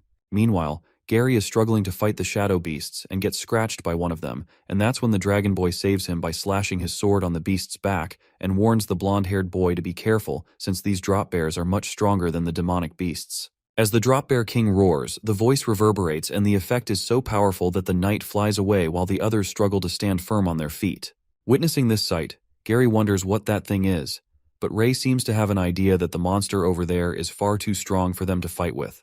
The knight speculates that the Drop Bear King is standing in one place and not attacking them. Suddenly, that big shadow beast points toward Winford and begins to speak, uttering that they will never defeat the shadows and that the shadows will take control over the entire continent. While the other knights fighting the monsters are startled by the talking beast, the shadow monster asserts that he is destined to fail and that those around him are destined to die. Upon hearing this, Ray is left flabbergasted, and the knights are utterly baffled as they seem to understand what the monster was trying to warn them about, assuming that it's threatening them. In the meantime, the giant shadow monster rumbles and leaps into the air, escaping away. Concluding that the monster left, Winford lets out that they should be grateful as the shadow beast didn't choose to fight. Otherwise, they wouldn't be able to leave this place in one piece. As Ray's dragon system appears as he obtains a crystal, our boy is lost in the thought of the shadow beast as he feels like it was talking to him. After that, Winford appreciates Ray and Gary for how they reacted to the situation and anticipates that they will become good knights. At that moment, Ray asks the knight if beasts usually talk like that, to which Winford responds that shadow beasts have never appeared on the border till now, and it's the first time he has encountered a monster that could talk. Peeking at the red-haired boy's cold expression, the knight ponders that Ray seems so calm, as someone his age wouldn't react like this at all. While they are talking, we see Delbert giving the red-haired boy a deadly stare as he seems disgusted by him. Later, as they arrive at Rennie Town on horses, they are welcomed by a troop of guards. As there seem to be more guards posted than usual, Winford gets concerned and interrogates one of the guards, asking him why more guards are posted. While the Huntress thanks the knights for escorting her all the way, the guard reveals to Winford that the Allure Kingdom has issued an Amber Alert. Every town and city is now under heavy surveillance. Listening to this, the knight presumes that things have gotten severe as the kingdom has issued an Amber Alert, and this continent is on the verge of crisis. Then, he looks over at Ray and ponders if he will be the child of prophecy who will save them all. Meanwhile, our boy, who seems to be with Gary, thinks about his father and believes that he will certainly become a knight. He adds that everything has just begun, and Pops has to wait for him till he becomes a knight. We are then taken 10 years later to Rennie Town. As the class seems to be going on at the academy, the professor questions the students about what the command over another ability is called when most knights don't know how to use magic. Gary, who is also in the class, raises his hand and responds that knights use chi. After practicing it, they will be able to enhance their bodies and senses. He adds that some practitioners of Qi can even break through the limits of the human body for a short time. While the teacher appreciates him for the answer and utters that he seems well prepared, she proceeds to ask another question about why Qi can be practiced only after the age of 15, pointing towards Ray. But when Gary peeks over his place, Ray's seat appears to be empty. While our boy is out somewhere bunking the class, Gary nervously informs his teacher that he went to the restroom. Moving on, the teacher then asks a girl, Sylvia, who appears to be a beautiful girl with silver hair, and she answers, responding that practicing Qi can put the body under an extreme amount of pressure. The internal organs of a human finish developing after the age of 15, so practicing it after this age minimizes any damage that may be taken to the body. As the teacher reminds students to keep everything in their mind they've learned, Sylvia stares at Ray's empty seat. The scene then flips to Black Demonic Wolf, who was tamed by Ray a long time ago. While the demonic wolf fights with another magic boar beast and slashes it, Ray earns a beast crystal as a reward. Our boy absorbs the power of the beginner-grade crystal beast and pats the black wolf for his good work. Thinking that he hunted enough beasts for the day, Ray decides to head back in before someone lashes out at him for staying out of the class. As he is about to return, Winford, riding on the horse, emerges from behind and lets out that it's a surprise to meet Ray, as he was wondering who he would have met when he came back. Looking at the beast he'd killed, the knight appreciates him and wonders how he's able to pass that heavy guard. As they stride together, Winford tells him that he's grown a lot taller since he last met him, and Ray compliments him back, mumbling that he hasn't changed at all in the past 10 years, and gets curious about his age. Telling him that it's a secret, Winford informs that he heard Ray's instructor say that he slips out of classes and hunts magical beasts, adding that he has gotten quite the haul after hunting. Upon hearing this, Ray reveals that it's all thanks to the Amber Alert, which was recently called off, so he's not having a hard time slipping out. Laid back, our guy tells the knight that he enjoys moving around here more than sitting in that classroom. Watching Ray be so reckless, Winford says that he should be lucky not to go any further because if the guards on the outer lines had caught him wandering, they wouldn't have held back. At that moment, the knight is reminded of something and informs Ray that he stopped by his house. He informs the boy of his father's condition, asserting that Jake's condition hasn't worsened since Ray's mother is taking good care of him. Winford pats his shoulder and delivers the message that his mother had sent for Ray, who wanted to tell him that he should not worry about his father too much. Looking upset, our boy thanks him and contemplates how he continued his training in the past decade and went the extra mile to train hard. However, he failed to unlock new abilities, and nothing has changed in the past years, concluding that he has no clue what to do about his father's condition. That's when Winford cheers him up, tapping on his shoulder, and grips him tightly close to him, making our boy flustered. Walking towards the town, the knight tells Ray to buck up as they are going to head out for Avrian Academy tomorrow, and expresses his excitement to see other kids there. Later, at the Rennie Town entrance, we see the instructor shouting at the guard for letting his student go outside. The guard tries to explain that he had no reason to stop the student from going after the Amber Alert was released, adding that he wouldn't go much further. In the meantime, Winford and Ray walk into the hall, and they witness Alan, the instructor, grab the guard by the collar and make it clear that the red-haired boy is special, so they need to know where he is at all times. As Winford calls out his name, Alan, who already seems annoyed about Ray's absence, turns back and notices his special student alongside the knight. Testing his last nerve, Alan's blood begins to boil and he lashes out at our boy. He bursts out of anger and lets out that he warned Ray not to leave his line of sight, but still, he slipped out of the academy without permission, and how many times it has been this month, calling him an idiot. While our poor fella is freaked out, Winford nods from behind and thinks it serves him right as he has it coming. As the angry instructor smacks Ray's head, our boy mutters that it's been a month since the alert lifted, so he can do whatever he wants, adding that Mr. Allen is too much of a stick in the mud. Meanwhile, Ray hides behind Winford as he gets a nice beating from Alan. Our boy lets out that he will be leaving soon anyway, and after that, his instructor will be free as a bird. Pissed off, Alan clarifies that as long as Ray is his student, he isn't allowed to skip class, while Winford tries to stop them as they continue to bicker. After that, we are taken to Rennie Town Square, where the head instructs the students to gather at once, as they seem to be calling an emergency meeting. As they all gather, Ray returns with a bump on his head, and Gary asks him how he came earlier, assuming he got caught this time. While our guy tells him he got unlucky, Sylvia furtively peeks at him and starts to blush. After summoning all the students, the squire named Lancey informs them that he will bring all of them to the Avrian Knight Academy, and the entire journey will take about 7 days. Looking drop-dead serious, Lancey warns the students if they don't want to get in trouble, they will have to listen to his orders. Later, the guard asks Winford if the path to the academy has been decided. As the knight notifies him that they will go past the swamp, the guard panics and lets out that it's too early for the children to go through that tough path. Upon hearing this, Winford looks over at all the students and asserts that they are bound to face some challenges to become knights, adding that they are not the only ones who are getting tested. The next morning, all the students prepare to go to the Avrian Knight Academy as they depart from the Rennie Town gates in the carriages. While Ray seems to be snoring, a bald red-headed boy named Kyle wonders why they didn't use teleporters as they can get to the academy immediately if they use it, and some other boy lets out that they would have spared the trouble if they teleported there. Upon hearing such blabbering, a boy named Dan responds to him that it is because the Avrian Knight Academy doesn't have a teleporter, calling him an idiot. As Kyle assumes that the Avrian Academy is on the same level as Roland Academy and asks if they can't afford it, a voice echoes from somewhere that utters that someone hasn't been paying attention in class, referring to Dan and Kyle. It appears to be smartass Sylvia who elucidates that the Avrian Academy is right on the border, so not only does it have to stand against foreign invaders, but also shadow beasts as well. She further adds that if they install the teleporter in a place like that, there's a high chance that the invaders would teleport anywhere they wish if the Academy's guard were broken, as the teleporter would be an open invitation to them. As the students are left surprised to hear such information and think if it was taught in class, Sylvia turns pink as she looks at Ray. However, she nervously turns away when Gary catches her looking this way while our boy dozes off on his shoulder. Later, they arrive at the castle ruins near the swamps, and the students are instructed to set up their camps as it appears to be dawn already. Setting up their camps, Gary informs Ray that the silver-haired girl has been looking at him. Wondering what there's to look at, Gary tells him to look behind if he doesn't believe it. That's when they both turn around and discreetly look at her. Sylvia, who's peeking at her crush, gets caught red-handed and freaks out as she goofs up with her camp. As his friend turns out to be correct, Ray assumes that it's because of his red hair.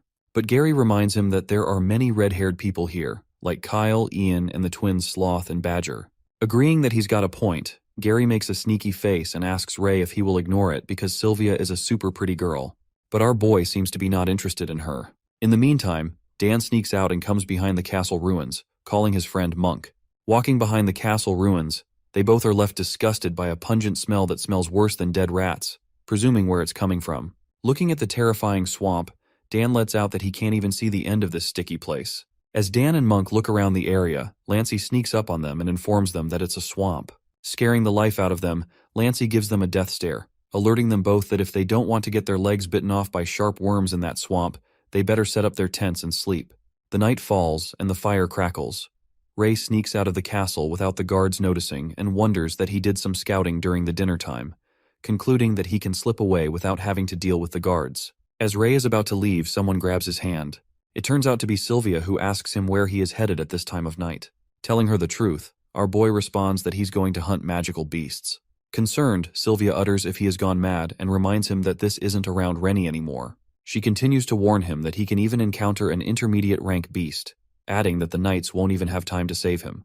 Jerking her hand away, Ray tells her that he's going to be fine, and he can deal with the intermediate rank beast as it's not a problem for him. Watching him act this way, Sylvia gets sad, and he leaves for hunting. The next day the sun rises. The knights wake everyone up as they jerk the curtain away, calling them lazy bones. Announcing whoever wakes up last will be punished. Gary wakes up and freaks out when he sees Ray lying with his red eyes wide open. Scaring the hell out of him, Gary asks him if he didn't sleep the whole night. Our boy, who just lied down after an entire night, assures him that he slept well. Mumbling that he's not dumb, Gary realizes that he didn't sleep the whole night and heads outside as he doesn't want to be punished in front of all the people. Meanwhile, Ray looks at this dragon system with a smile and reckons that if he keeps hunting at this rate, he can get to the maximum amount of beginner beast crystals by the time they reach Avrian Knight Academy, and after that, he will be able to absorb the intermediate ones. Later, they continue their journey towards the academy, and all the carriages follow the knights who seem to be leading the way. As they pass through what looks like an eerie forest, Winford stops as he senses something ahead. Sensing danger, Winford nods to Lancey to leave the area, as now the students will face a challenge on their own. Suddenly, something starts popping out of the ground, making the carriages out of balance. While Gary wonders that it's too quiet outside and Ray nods off, the horse screams as it is attacked by something. It emerges that the sharp worms have halted their way as they barge into the carriage. While the sneak attack of the worms frightens the life out of some of them, Gary and Ray prepare for the battle as they pull out their swords and start slashing the monsters. As the worm creeps towards to attack a girl, Gary leaps in front of her and rips the monster with his sword. Witnessing so much blood pouring out of the worms, some of them tremble with fear. While Gary speculates that sharp worms appear in swarms, so there's going to be more of them, he instructs others to not let their guard down and get off the cart. As the other students join in to help him, Gary commands them to fight in an open area and to make a team of 3, staying back to back so that there aren't any holes in the defenses. Meanwhile, Kyle, who seems supercharged to kill the worms, Ray presumes that they are getting a little too excited and activates his dragon eye.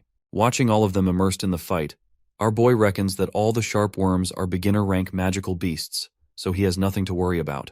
As he thinks, his eyes land on the top of the cliff, where he notices the 6 knights who left the group earlier. Our boy, who seems to be going to sleep in the carriage, is spotted by Dan, who asks him where he's going and tells him not to break the formation. Letting out a big fat yawn, Ray says that those are beginner-rank monsters, so they won't need his help, and with him gone, the numbers will be just right. While the knights observe the students from above the cliff, they assume that Ray is scared of the monsters, and he will only get a red belt. The other knight points at Gary, who seems to be doing pretty well, and explains that he attacks with no hesitation and kills with a single swing, adding that he consciously controls his body so that he moves a little without wasting any moment. Anticipating that Gary will get a white belt, Winfred points at Sylvia and concludes that she doesn't attack proactively, but is extraordinarily observant.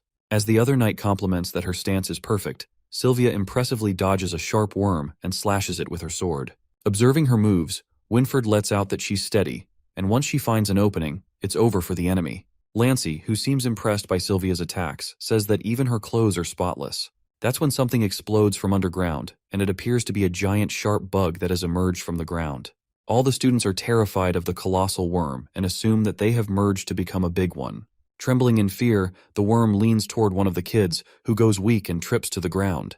As the worm is about to attack him, Ian, the red-haired guy, leaps in front of him and rips the worm's tentacles with his strong muscles. In the meantime, Ian tears apart the monster out of anger as he shouts that no one is allowed to hurt his comrades.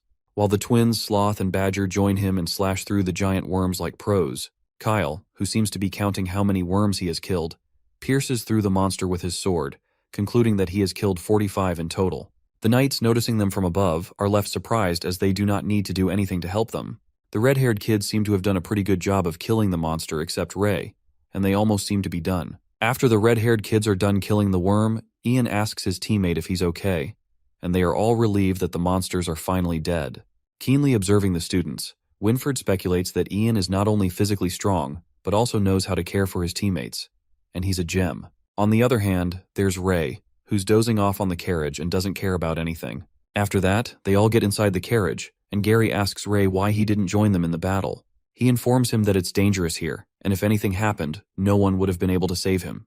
Stretching himself, our guy tells him he was too sleepy and the knights were watching over them anyway.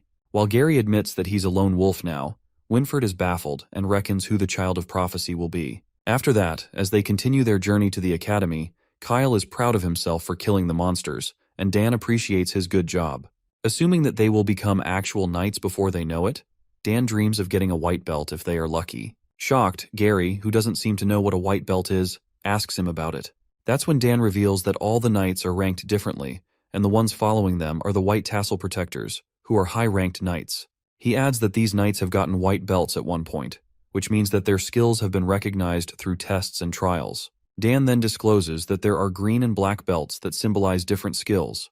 However, the red belt depicts the lowest-ranked knight. Upon hearing this new information, our boy gets wide awake when Dan lets out that the red belt is given to those who don't do well in the tests. He further elucidates that knights who get the white belts will be given personal instructors along with other rewards and resources. Meanwhile, red belts aren't as lucky because they will get basic training, but no one will pay attention to them. They can do whatever they want, and since the academy has given up on them, they can wander off anywhere. However, Ray is delighted to hear about the red belt and presumes he can do whatever he wants once he gets one. This means he will have all the time in the world to hunt magic beasts, and he will acquire higher-ranked beast crystals and abilities rapidly. High-spirited, he clenches his fist and believes he needs to do his best to get that red belt. The next scene takes us to the Avrian Knight Academy, where the students finally arrive after a long journey. The sight of the academy hooks the students. Getting out of the carriage, Gary thinks it's cool, while our boy is left stunned to see a vast, beautiful place. The Avrian Knight Academy appears to be a huge castle with colossal gates. The students are left in awe, as the place turns out to be just like they thought it would be. They mumble that this academy is a city with only knights living there. Amazed by the mana crystals placed throughout the academy, the students reveal that Avrian's energy source comes from mana crystals, and not a single torch is used for lightning. Thinking that the academy is too luxurious, Gary lets out that it's two different worlds from the village grew up in. In the meantime, Lancey orders Gary and Kyle to follow him closely if they don't want to get lost, adding that they will get the chance to wander the place.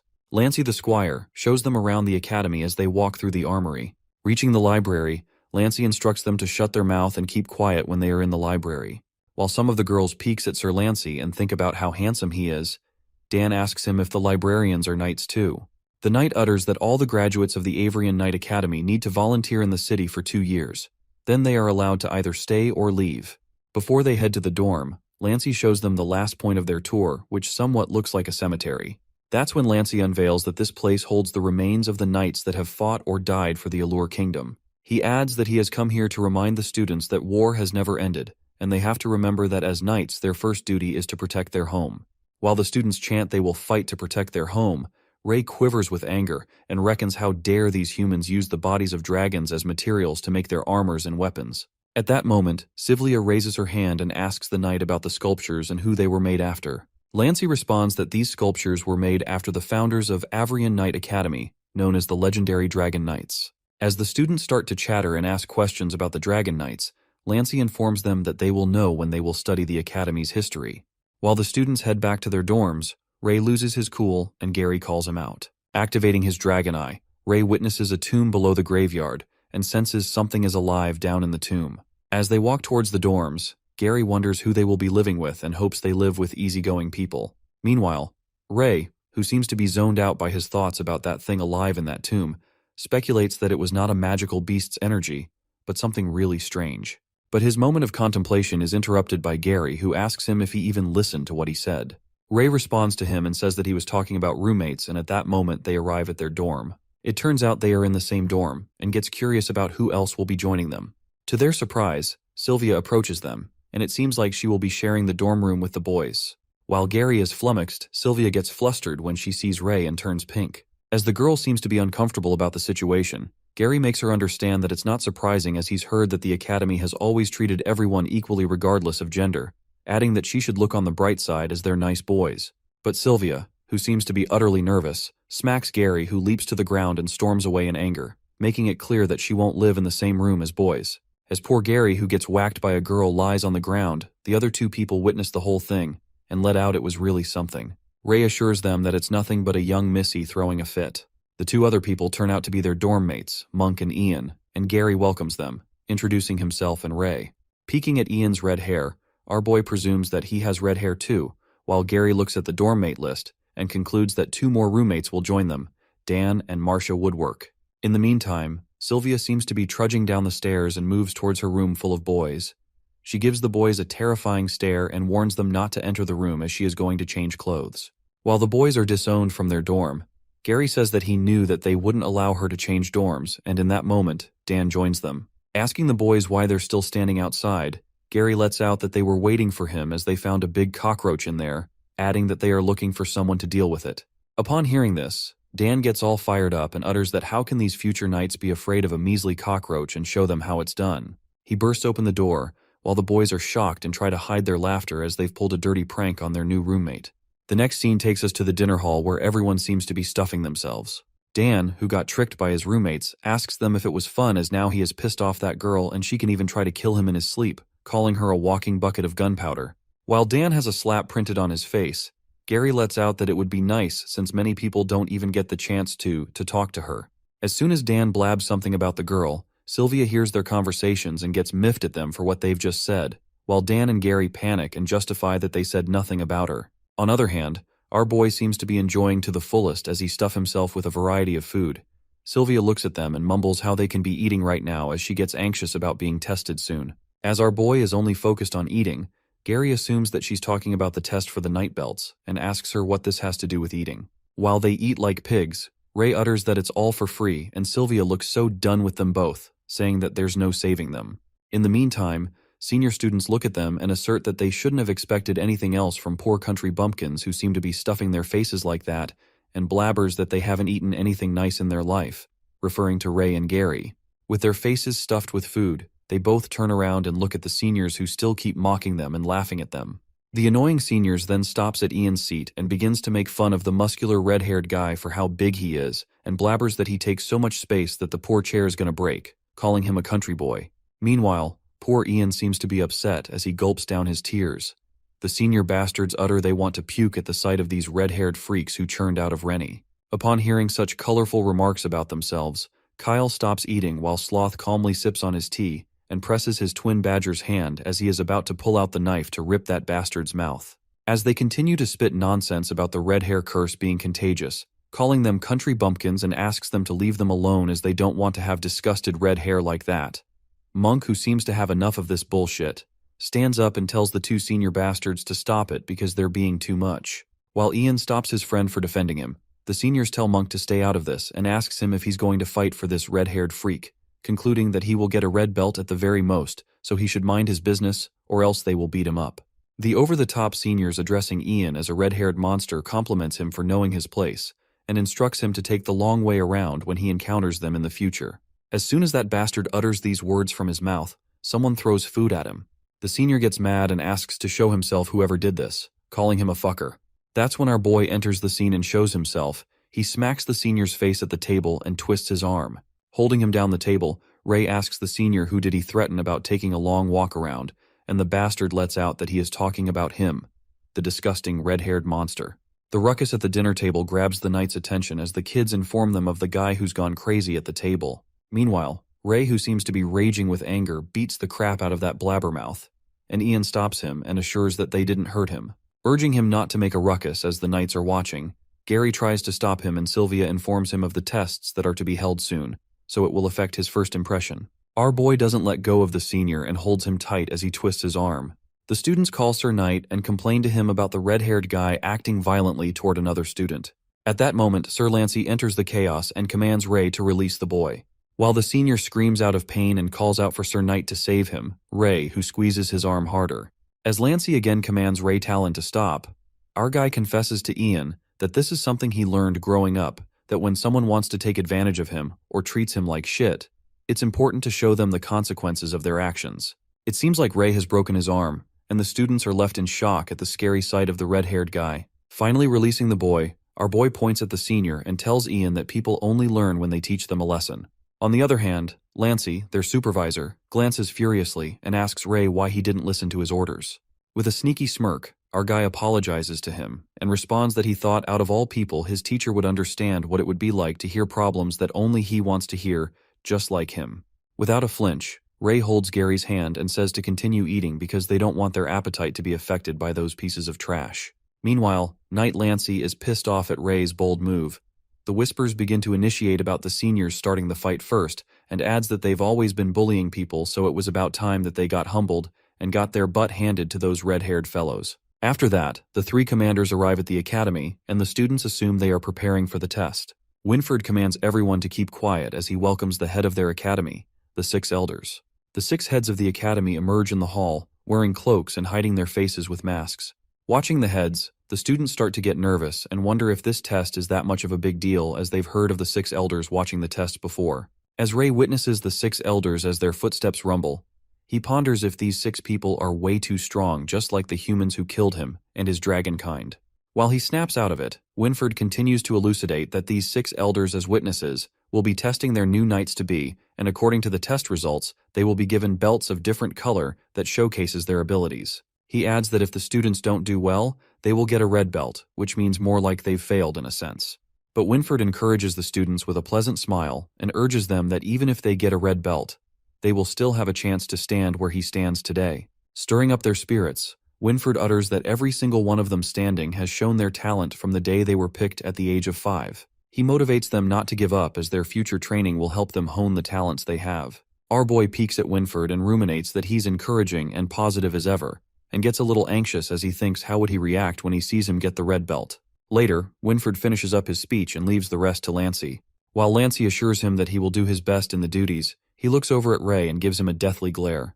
In the next scene, Lancey announces the trials with 5 different stages as they will be testing different aspects of the knight's overall ability, including Stone of Power, Blazing Inferno, Undetected Passage, Eye on Precision, and Will of Truth.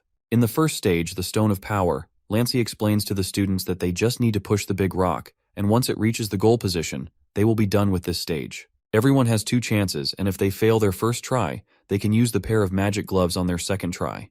It will increase their strength and aid in passing this stage. Although using it will also affect their evaluation, so they have to keep that in mind. Gary whispers to Ray that the test looks pretty easy, and the red-haired boy thinks it's a piece of cake for him. But our boy mumbles that he thinks someone doesn't want him to pass the test, which leaves Gary to wonder what he means. At that moment, Lancey makes an announcement just before the test begins, asserting that as the proctor of this test, he rejects Ray Talon's participation. Meanwhile, Ray doesn't seem to be affected by this and confidently crosses his hands over his chest. Gary and Sylvia protest that it's not fair and speculate why Ray isn't allowed to be tested. Just then, Lancey lets everyone know that it's just to warn all the knights-to-be that they must follow any orders given to them by their superiors. He adds that if anyone objects to his decision, they can report this to his superiors, and if they tell him to retract it, then he will agree without any objections. After that, he calls out the first student to be tested, and Gary whispers to Ray about being on Lancey's bad side, while Sylvia advises him to report this to higher-ups because he can't treat him like that. But our guy seems to be careless about it and lets them know that this just made things easier for him, so they should go ahead and get tested as he will join them in the next stage. This makes Ray believe that he is guaranteed to get a red belt. It is then revealed to us that both Gary and Sylvia pass the test, while Ion picks the rock up in his hands, although the instructions were to push it, and everyone gets shocked. As Gary comes back sweaty and is glad that it went well, Ray congratulates him and informs him that the second stage might be hard for him, so he should be prepared. While the blonde-haired boy is confused, our boy shows him the proctor of the second stage who seems to be from Roland Academy. Watching the proctor of the second stage, Gary freaks out and worries that how are they going to be tested when they've never learned magic before. But Ray lets him know that the battlefield does not care whether they've learned something or not, and guesses that they are just going to have to try resisting magic. He further adds that usually people who are physically strong actually end up having worse magic resistance. This leads him to assume that they're trying to test their weaknesses and strengths through these 5 tests, so that they can find the best way to develop their abilities. While it all makes sense to Gary, he wonders if he's an all-rounded genius, but Ray doesn't seem to agree with him. Later, the second stage, Blazing Inferno begins, and the proctor tests Gary by using some magic on his forehead, and he seems to hold up for 57 seconds. Ray compliments him that he lasted pretty long while Gary thinks he did a bad job. But Dan encourages him that only a single minute passes in the outside world for every hour in the illusion created by that mage after all. So he did a good job.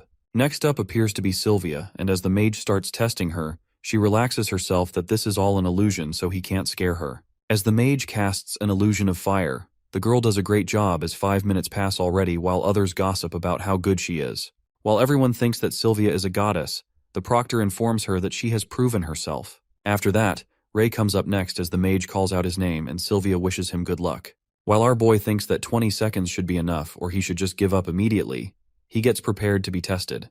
As the proctor casts the illusion, suddenly, a red dragon appears in front of him who breathes fire. Baffled, our guy wonders what is going on as the red dragon seems to be Ray's past self, and at that moment, the proctor hovers in the air with a sudden force, leaving everyone shocked. Eyes wide open, the mage frantically claims that the boy is cursed by the red dragon, and that's when the mutters begin in the crowd about the red-haired boy being a bad news and that he's cursed. Witnessing this sight, Winford rushes to the old man who seems to be unconscious while Ray stands near him and wonders if he's okay. But the knight assures him saying he's just tired and tells the boy to rest. Winford thinks that it is strange that the old mage's mana is completely drained as it doesn't make sense to him. In the next scene, it seems that the elders are investigating about the strange incident that took place with Winford, who notifies them that it's just a mana disorder caused by using too much mana, and the mage will be able to recover after some rest. This explanation doesn't seem to satisfy the elders, therefore they question how the mage from renowned Roland Magic Academy be drained of his mana after a test of degree, while others speculate if it is because of the mage spending too much mana on testing the students. Winford informs them that the mage is resting for now, and he will continue to investigate this matter. He further suggests having another mage take the proctor's place for the remaining tests, and the elder agrees with him. However, as the knight leaves, one of the masked elder calls an armored guard knight and whispers something to him, and the guard assures him that he will have it done immediately. The elder then looks at Ray Talon from afar, who seems to be walking towards his friends. After that incident, Ray asks about the mana disorder, and Sylvia explains to him that it's when a mage doesn't have any mana left, but forcefully casts a magic spell so it ends up backfiring on the mage's body. While our boy gets the point, Gary seems to find his friend unlucky thinking and lets out that geniuses always have it hard. As they both joke around, The silver-haired girl seems to be a bit skeptical about the situation, and reckons that it's strange that a mage from Roland Magic Academy would make such a basic mistake, and continues to wonder about the curse that he mentioned. Just then, they hear a rumbling sound and the ground starts to shake. Assuming that it's an earthquake, suddenly the trees begin to appear everywhere, which leads everyone to think that it's magic. While the entire testing area is now filled with trees, Gary seems to be clueless of what's going on when Sylvia reveals that someone is casting a spell.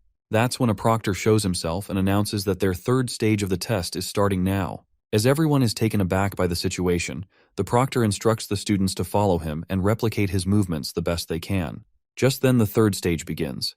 Gary seems to be in disbelief about the test starting now. At that moment, the proctor starts to move already with an impressive speed and the students follow him. While poor Dan, who's still in denial, cries out about his classmates being this fast, Gary challenges his friend that he will not lose to him today, and Sylvia follows behind him, leaving him behind as no one is going to wait for him. On the other hand, the instructor ruminates that he's probably going too hard on those kids, and maybe he should wait, but as he looks behind, he's shocked to see the kids catching up to him. The proctor seems to be impressed while Gary informs his classmate Monk that they're about to catch up to him since he's been ahead from the start. The proctor seems to have underestimated the kids and realizes that there's no need to take it easy, challenging the kids to catch up if they can. Meanwhile, the kids follow the proctor. Ray admits that he's not good at this because he used to move with all his 4 limbs. He then witnesses the arrows coming in their direction and alerts everyone. It turns out to be another proctor who shoots arrows at them. The girl proctor lets out that the third stage proctor didn't have to hold back that much since there are too many kids, but he assures her that kids are pretty good and she'll see. The girl proctor then orders the kids to keep following him, or else they lose him, reminding everyone to grab a bow. As they all wonder about the bow, they come to realize that they're being tested for the 4th stage as well. While Gary wonders if they're testing them on the accuracy with their bow, Sylvia agrees with him, and they all move ahead. The proctor of the 4th stage announces that the targets have been set up in the forest ahead, and they will pass after hitting 3 targets under her interference. That's when the 4th stage, Eyes of Precision, commences, and our guy thinks he's fine with getting a red belt, but he doesn't want to come in last either. Therefore, he decides to show off a little as he activates his dragon eye. As soon as he activates it, in a flash, an arrow with magic moves towards Gary's direction and Ray immediately senses it, pushing his friend out the way. Ray realizes that he can't dodge the attack in time, but luckily another arrow hits the one that was attacking them. Our boy senses danger and ponders that this arrow is too strong for a single test, as it was a close shot. Just then, one of their classmates, Marcia, saves them and questions them if they're okay, while Gary thanks her and compliments her that she's good. Marcia mumbles that she is glad that she was close to them, or else she isn't quite sure if she could have done it. After that, Ray senses more arrows coming and warns everyone to be careful. All of them dodge the attack. Meanwhile, our boy grasps the situation and senses that something isn't right, because the arrows that came at them were enveloped in chi and are completely different from the arrows the proctor has shot at them. He realizes that someone wants to kill them, or maybe wants to kill him only. Suddenly, another arrow is shot in the student's direction, but Ray watches it and aims his arrow to halt the attack. On the other hand, the 4th stage proctor also senses danger, while our guy, who's just about to release the arrow, breaks his bow into pieces, leaving his classmates stunned. Feeling that something isn't right, the proctor tries to follow the imposter after she releases an all-out attack, but is shocked at the speed and the fact that the imposter was able to dodge her attack without leaving behind a single trace. She wonders who in the world wants to attack their students and tosses the arrow out of the tree. The proctor then assures the students that her arrow accidentally went astray and instructs them to continue the test. Ray realizes that the proctor clearly didn't shoot the arrow and that she's just trying to reassure them. While all the students continue their test, our boy speculates if someone dangerous has managed to sneak in here. Upon finishing their tests, they find Monk along with the 3rd stage proctor waiting for them, while Gary and Ray inform Sylvia about the incident that took place that shocks her that something like that happened, suggesting they should report this to the Knights. But Ray thinks it's better not to tell them, and Gary agrees with him because the proctor just now didn't tell them the truth, and while she could have been trying to reassure them, she might have been trying to hide something too. Gary further lets out that if someone is really trying to cause them harm, then that person must be someone who could enter the venue, which means the person that attacked them could itself be a proctor or a knight. Hearing this, Sylvia seems quite worried about this matter and asks the boys about what they are planning to do now. Ray informs her that they will wait for things, although he gets curious about that bastard who was trying to kill them. It appears that the intruder tries to scamper away after throwing away his bow, but is caught red-handed by a girl proctor who orders him to stop right there. As the intruder stands still, the proctor aims the arrow at him and asks him why he attacked the new students. Threatening the guy with the arrow, she makes it clear not to make movements as she can kill him at any moment. However, the intruder puts his hands on the sword, but the proctor threatens him not to move as she can shoot him down on the spot. The guy glares at her, and at that moment they start attacking each other. The next scene then takes us to the fifth and final stage, Will of Truth, to test the students' willpower and their QI manipulation. Holding the sword, Delbert informs everyone that the sword is made from an ultra beast crystal from a firebird, and it releases flames when they hold. He further reveals that the kids may not have learned how to use QI yet, but they can try controlling it with their willpower by concentrating their spirit. He then calls the students, and the first one appears to be Ion, the red-haired masculine boy. As Ion comes on the stage looking anxious, he holds the sword and a big flame appears out of the sword, turning his face black. As Lancey is startled by the sight, he calls on the next student. The scene then flips to Elder Gibby, who seems to be having a conversation with the intruder guy. The elder seems disappointed as the guy not only failed but also got caught by a proctor. While the guy apologizes, Gibby confesses that he never expected to solve this issue immediately. He then wears his mask, with which the user is able to change their appearance, and mumbles that he's glad that at least it has sent a signal to their followers that the Pureblood Guild has never disappeared. On the other hand, Gary goes up on the stage and flawlessly controls the flames as he holds the sword. Meanwhile, our boy goes on next. Sylvia asks Gary if Ray is actually strong. Listening to this, Gary thinks for a while and reveals that Ray is extremely strong. But the others don't seem to believe him since his first 4 test results were terrible. That's when the blonde-haired guy lets out that he remembers the last time he fought with Ray. He won easily, but 10 years ago, when he was attacked by an intermediate-ranked demonic wolf, Ray was the one who saved him and defeated it. While the other classmates seem to think of it as a joke since they were just 5 back then, and assume that it must have been a big wolf instead of an intermediate beast, Sylvia wonders if Ray is actually strong, and why does he hide his abilities. After that, the test is about to begin when our boy grabs the sword, and suddenly the dragon system appears, notifying him if he wants to absorb the ultra-grade beast crystal. It looks like no flame comes out of the sword, and the gossip initiates among the students as they mutter that accidents always happen with this guy. They are surprised to see that the sword is not even glowing anymore. While our boy swings the sword left and right, wondering if it's broken, Delbert is left in disbelief and snatches the sword right out his hands. Witnessing no flames coming out the sword, Delbert seems to be frightened as he cries out that this weapon is created from Ultra Beast Crystal and is a treasure of the Allure Kingdom. He grabs the red-haired boy by his collar and blames him that he did something to the sword. But Ray, who seems to be clueless about the situation, justifies what possibly he could do to the sword since this is a weapon made from Ultra Beast Crystal. He also mentions how Delbert has been staring at him like crazy, so he wouldn't dare to do anything. As the knight rages with anger, and before he could say something, the armored knight interrupts him as he indicates to him about an urgent report. He whispers something in his ear and Delbert is flabbergasted after hearing the news. He then immediately announces that all the tests have ended, and the kids can return to their dorms now. The kids take a breath of relief, and it is mentioned to the kids to appear at dinner time as their belts will be given to them. As the students get excited about what belt they will be given, Ray hopes on getting the red belt. However, something else seems to bother him as he manages to hear the conversation between the knights about the proctor of the 4th stage being found to be killed. Furthermore, Winfred, who's present on the crime scene, is informed by the armored knights that when they found her, she was already dead. But what shocks them even more is knowing that her body is still warm, which depicts that it hasn't been very long since she was killed, which leaves him to wonder who can do such a thing. The knight then announces to inform the elders immediately. The next scene takes us to the elders' meeting room, where the armored knights inform them about the dead body. They reveal that the proctor seemed to have been killed with a single attack, which means the perpetrator must have been fairly skilled. The guard lets out that they noted something strange, which is that none of the alarms set for intruders were triggered, to which one of the elders responds that it seems like an internal case, since there have always been rumors about certain groups after all. The elder wonders if it is the Pureblood Guild or the Dark Guild, while the other think it's outrageous as the captain of the Green-Belted Knights was killed in an exam, so they should get to the bottom of this matter. Waiting for the head elder of what he thinks of their decision, the head warns them that not a word of this incident should spread outside these doors and orders the knight captains to continue investigating to find the culprit. As it is dinner time, all the students are gathered to receive their belts, and everyone gets nervous. Meanwhile, Gary and Sylvia seem to be talking to a girl named Marcia Woodwork, and the silver-haired girl gets happy to finally get a female roommate.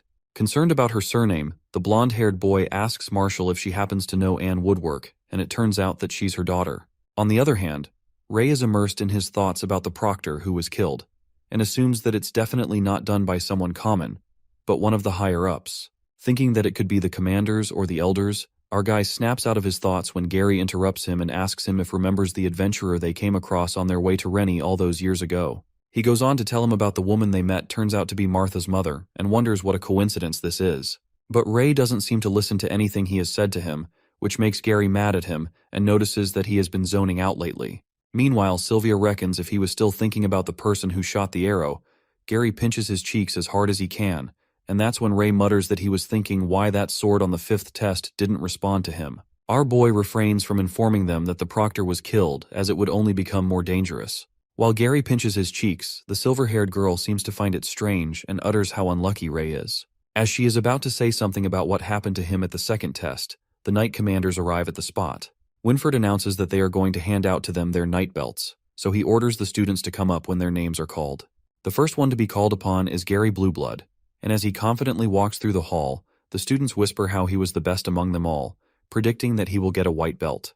While some say the one who did best is their goddess Miss Sylvia, and others think they both will get a white belt. While some of them root for goddess Sylvia, they conclude that they both will get white belts. However, after the consideration, Winford declares that Gary will be given a black belt. As he receives his belt, the blonde guy seems to be disappointed, and the whispers begin to circulate about him. After that, Ian and Sylvia receive white belts, and some of the students freak out as they see the red-haired guy get a white belt. As Ray Talon gets called upon, everyone seems certain that he will receive a red belt. However, to their surprise, our guy gets the black belt, which leaves him more shocked than ever. While Dan cries out because he's the only one with a red belt, as his friend Monk got a black belt and even the one who did worst got a black belt, the other student gives him a reality check and states that he can't change the results. On the other hand, our boy is confused as he gets a black belt after a low score on his tests, and he speculates if there's a conspiracy behind it. Lastly, the Knight Commander announces that from now on, they will be undertaking training from different knights, according to the color of their belts. As Gary wonders what the black belt is for, a guy who appears to be Black Belt's instructor smokes on a cigarette and holds the list of the names of his students. Peeking at the 2 redheads in his group, he hopes that they better not get him in trouble and calls them future Dragon Knights. The next day, at the training grounds, all the students appear to return to their dorms. However, the Black Belt Knights seem to be waiting for their instructor while Ray takes a nap, and Kyle makes a fuss about their instructor, hoping that he is at least normal. While the red-haired fella hopes for the best, their instructor sneaks up on them and asks if they are talking about him. As Kyle freaks out, the instructor, who appears to be a cool guy, smokes a cigarette and instructs his students to follow him. Meanwhile, Ray, Kyle, Gary, and Monk walk in awkward silence. Kyle asks them if the instructor has mentioned his name at all. Assuming that he didn't mention his name, Gary tells him to ask the instructor himself. Without any reluctance, Kyle enthusiastically asks the instructor how they should address him, and our boy peeks with astonishment at how straightforward he is. The instructor, walking ahead of him, waves his hand and tells his students to call him K. Upon hearing this, Ray wonders about his weird name, and Kyle assumes it is not his real name. Going on their way, they encounter Delbert, who seems to be approaching him and greets Sir K. Already being pissed at our red-haired boy, Delbert pities the Black Belt's instructor for getting 2 red-haired kids and mocks at Ray Talon, uttering that he must be over the moon for getting a black belt. The knight further adds if he were allowed to make decisions, he wouldn't have someone like Ray to enter in this academy in the first place. But our boy doesn't hold back and responds to Delbert, saying that it's a bummer as he isn't allowed to make the decisions. Testing his last nerve, Delbert, who seems to be hopping mad, instructs Ray to stay within his limits, reminding him that he will be keeping an eye on him. As Knight Delbert is about to smack him, Kay interrupts him with his sword and reminds him that Ray Talon is now a member of the Black Belted Knights, so it wouldn't be good if they let discrimination cause bad blood between them.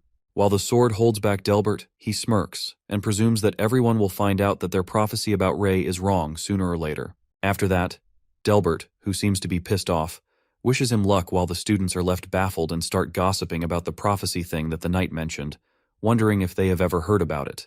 While Kay infuriatingly stares at Delbert as he leaves, the instructor asks the student knights to follow him and takes them to a place within the castle, informing them that this is where they will have their special training from now on.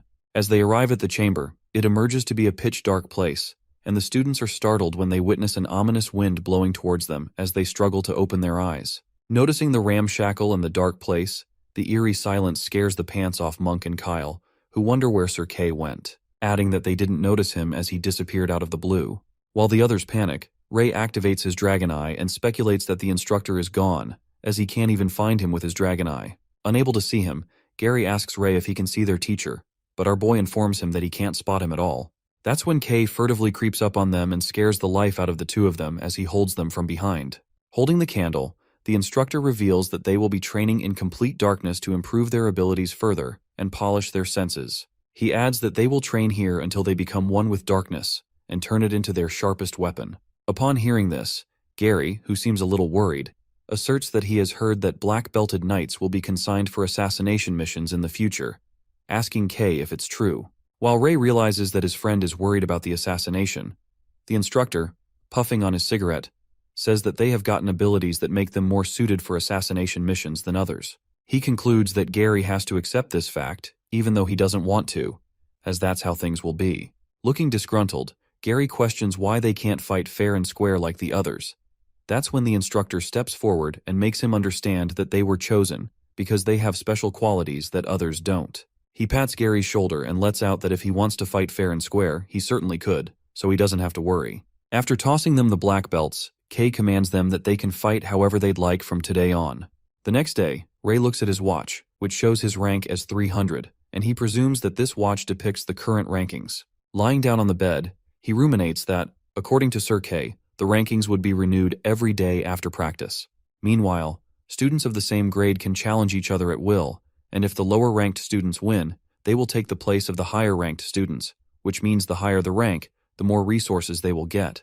Our boy then gets up and asks Gary about the number of students in their grade, to which he responds that there are 300 or more students. While Ray disappointedly thinks he's close to last in the rankings, Dan glances at Gary's watch and freaks out when he finds out that he has achieved first place, saying that they were guessing who would take first place. Overjoyed, Dan feels nice about being in the same dorm room as the first and third ranked and laughs hysterically, mumbling that he can do whatever he wants.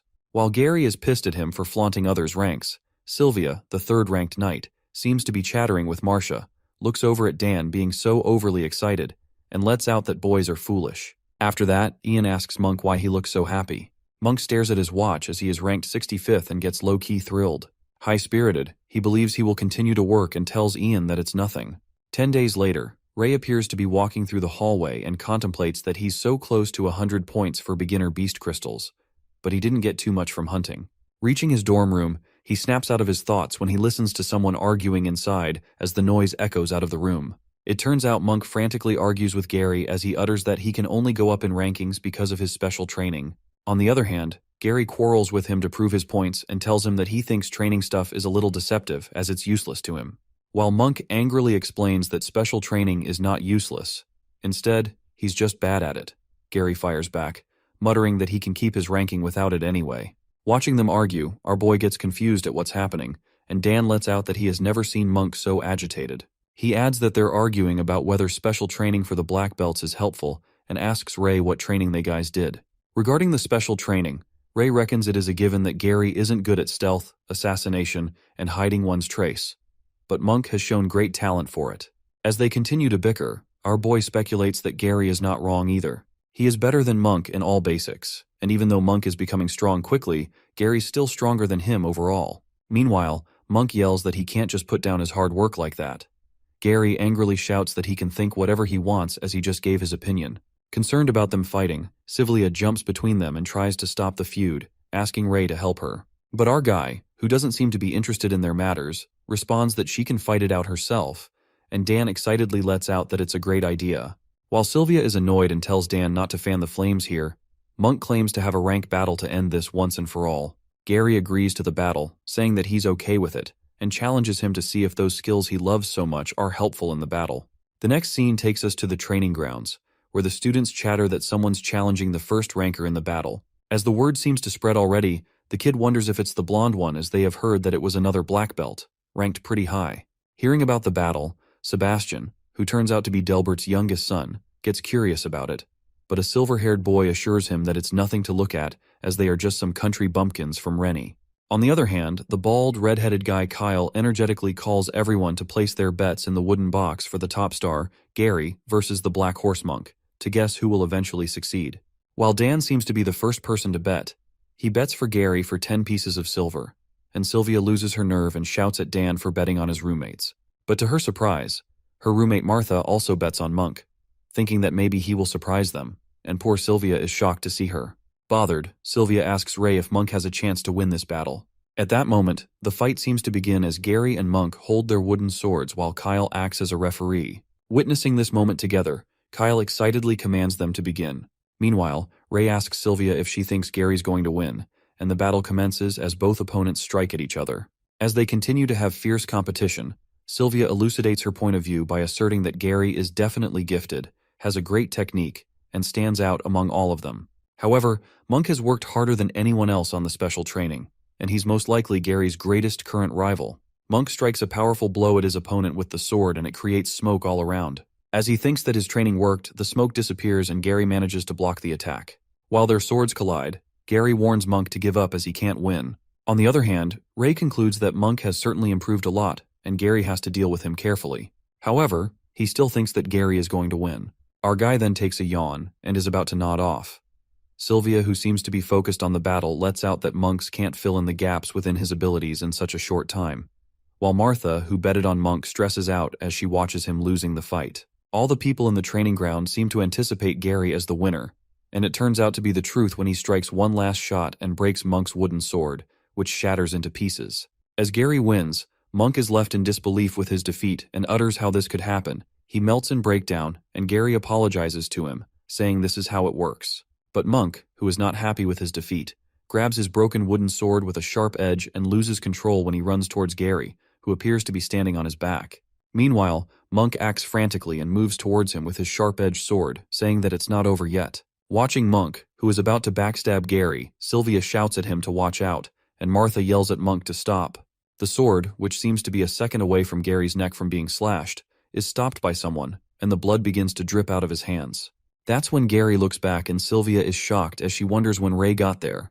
It emerges to be Ray, who stops Monk from attacking him and tells him that it's enough. As Monk finally comes to his senses, he immediately drops the sword and apologizes. Sylvia, on the other hand, reckons that Monk was quick just now as she couldn't even catch his movements. Yet Ray managed to get up there in the blink of an eye, wondering how he did that. In the meantime, Monk keeps saying sorry as he witnesses blood dripping out of Ray's hand as he halted the attack earlier. While our boy assures him that it's just a scratch, Monk says that he was acting too rash and that if he hadn't stopped him, it would have gotten worse. Despite the deathly moments, the students who bet on the fight begin to cause mayhem as they ask Kyle who won the battle, predicting it was Gary. Kyle calms them down and informs them that since someone stepped in, the results won't count, and they will get the money back they bet on earlier. But the crowd doesn't seem to take this well when they start cursing him and accusing the red-headed guy of doing it on purpose as they would have won the money. The situation worsens when the students throw things at him, and poor Kyle assures them they will get their money back, trying to calm things down. At the moment, the chaos in the ground turns frantic when they call them trash and start pelting stones. As they continue stoning, the students insult them and force them to get out of the academy, calling them a bunch of red-haired freaks. Mocking them by calling them red-haired monsters and kicking them out with stones. Abruptly, the rocks hit Ray's head.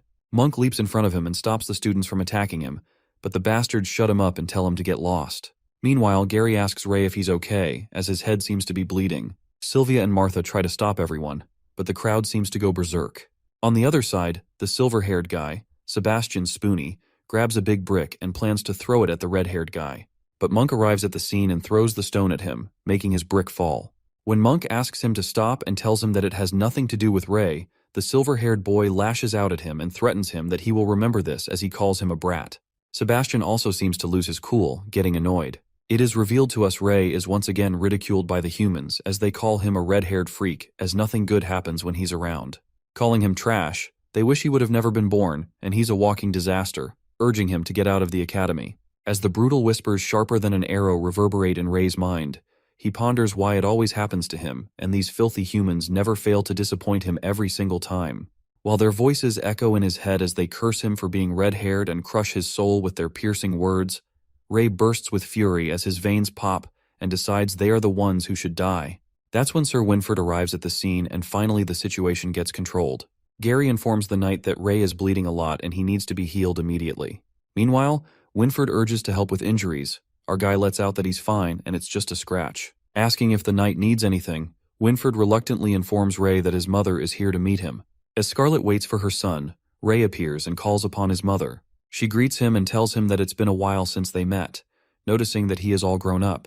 Telling her that he's got taller, Ray excitedly holds his mother's hand and asks her if Pops is doing well since she's here. But it appears that his mother had some bad news for him as she reveals that his father is gone. Ray freaks out as he thinks that he died, but Scarlet assures him that it's not what she meant and informs him that his father left the house and the village. Bombarding her with questions, our boy asks her if that is even possible because he has been confined to bed since he was infected and gets shocked that how could he move all of a sudden. Meanwhile, Winford, who stands outside and hears their conversations, contemplates that he could not muster up the courage to tell Ray the truth about the plague of shadows in the past. But those who are infected usually die within a year, and very few manage to hold back like Jake did. But in the end, those strong survivors end up losing themselves to the shadows and become their slaves, becoming vectors that spread the plague even more, concluding there has never been an exception to this. Scarlet then reveals that Jake had fought enough from the plague of shadows for the past decade. She narrates that one night she heard a noise and saw Jake sitting on the chair. She realizes that he's awake and is able to move. While she hugs him, Jake, who seems to be turning black, mutters that he cannot hold it much longer and pleads with Scarlet to kill him. As soon as she hears, Scarlet bursts into tears and tells Jake that she can't do it. Suddenly, his condition gets worse as the plague takes over him, and Jake bursts into flames. As he keeps asking Scarlet to kill him, she witnesses him turning into a black shadow. Coming to the present, Ray's mother tells him that she couldn't kill Jake and pulls out a letter, uttering that his father left him this letter. Ray opens up the letter in which his dad apologizes to him for not growing up with him and tells him that he's proud of him for entering the academy. He thanks Ray for being his son and signs off by telling him that he loves him. After reading the heartfelt letter, our boy starts sobbing, thinking that his father wrote this letter as if it were his last words, and gets determined to find a way to save him. Left in the lurch, Ray becomes distraught and lays on his bed while he recalls his conversations with his mother, who informed him that she is going to find his father no matter what. However, when he forces to go with her, Scarlet refuses and tells him to take his own path, assuring him that his father would want this too. Clasping him into a hug, she feels glad to see her son again, and affirms to him not to worry about them as he should be doing what he should. Lying on his bed, our guy reflects upon the fact that it's been a decade, and he hasn't found anything. He feels hopeless as he hasn't improved in the slightest, just like a human, couldn't even take his revenge for his dragon kind, nor could he protect who he holds dear. Thinking that everything just sucks, Gary enters the room and asks Ray if he met his mother and what she told him about his father's condition. But our boy, who seems to be falling apart inside, assures him that his father is fine and walks out of the room, while Gary assumes that something doesn't feel right. While Ray walks out, he leaves a paper behind and it grabs Gary's attention. Thinking what this is, as soon as he picks it up, Dan sneaks up on him and snatches the paper, thinking that it is a love letter from a fangirl as he was looking at it so intently. Poor Gary freaks out and asks him to give the paper back as he tries to snatch it from him. But Dan, with a freaky smile on his face, tells Gary not to be shy and asks him to let him see the passionate confession of love. As they joke around with the paper, in the meantime, the other roommates enter the room and glares at them with confusion. Eventually, Gary lets out that it's a letter addressed to Ray, and that's when they all get to know about his father being infected by the plague of shadows. Upon knowing the truth, Dan lets out that poor guy had a rough childhood, so they should treat him better. Hearing about Ray's sob story, Monk feels bad for him. The next scene then takes us to the cafeteria, which seems to be filled with people, and we see our boy Ray walking all alone. But then he is joined by Martha and Sylvia, who makes it look like a coincidence, and asks Ray to eat together. Then he heads to the dorm room and notices his tidy bed all sleek and spotless. As our boy wonders who cleaned his stuff, Dan and Ian nervously inform him Sylvia made his bed as she is such a nice girl. While Dan and Ian make it obvious with their terrible acting, Ray immediately gets a hunch and thinks about what is going on with these guys. The next day, our boy spots some fresh flowers in the pot, and Gary tells him that he picked some fresh lilies as he thought that it would help his friend brighten things up around him. Taking it the wrong way, Ray makes a cringy face and lets out if he has fallen in love with him, but Gary freaks out and tells him that it's nothing like that. Our guy then utters that he's been wanting to ask them what his roommates are up to these days, and Gary decides to tell him the truth, spilling that he accidentally saw his letter. He justifies that he didn't mean to invade his privacy and he should not have looked, but things turned out this way, and all the roommates ended up reading the letter. Panicked, Gary tells him that it's his fault that everyone found out about his father's condition, but Ray puts on a smile and says they are the best. Meanwhile, he feels happy that Ray is not angry. They are interrupted by a sudden noise that approaches them, telling them to get out of the way. It turns out to be Monk, who is severely injured as he is bleeding and is carried by Dan and Ian. Witnessing Monk in such a bad state, Gary immediately asks what happened, and Dan exposes that Sebastian beat the crap out him, adding that he was the one who provoked Monk into getting into a rank battle with him. Assuming that a rank battle ends immediately once one party surrenders, our boy inquires how he got hurt so badly. That's when Dan reveals Monk already passed out during the battle and didn't even have a chance to surrender himself. However, Sebastian didn't stop and kept on beating him, concluding that he did it on purpose. At that moment, Monk calls out Ray and apologizes to him as he can't help him make his bed for the next few days. While Sylvia thinks that his limbs are fractured and they need to call the doctor right away, Ian goes to find one. On the other hand, as Gary asks Ray where he's heading, our boy, who seems to be losing his nerve after knowing what Sebastian did to his friend, says that he's going to get back at him for what he did to Monk. As he leaves, Gary grabs his hand and says to get a hold of himself, advising him not to act rashly. But our guy, determined to get revenge, asks Gary if he's coming with him. While Gary seems a bit reluctant, he lets out that he wants to get back at them for what they did to Monk, but Ray makes it clear that it's a retaliation. That's when Sylvia appears and reveals that Sebastian is from House Delbert, while Gary adds that he's the youngest son of Sir Delbert, so it's better if they don't get on his bad side. Not caring about this at all, our guy asserts that Sebastian started it, so he should pay for what he did and go on his way. Furious, Gary yells at him for not acknowledging the situation and informs him that it's not the first time that young Delbert has done something like this, adding that nobody wants to cross paths with him in the academy and warns Ray that he might get expelled. But our reckless red-haired fella assures him that he's going to be okay as he's not a dumbass, revealing that if he challenges him in an official rank, then he can get back at him rightfully without breaking any rules. Later, while House Delbert seems to be training on the ground, Ray approaches them and interrupts their training. The two of the night students confirm that Ray isn't one of them and instructs him to wait as they're practicing. Without wasting a second, our guy asks for Sebastian, and those knights confirm if he's really looking for Seabass, as they don't recall him talking about a red-haired friend before. While Ray asks them to get out of the way, the silver-haired guy who appears to be Sebastian's spoony yells and asks them what's happening.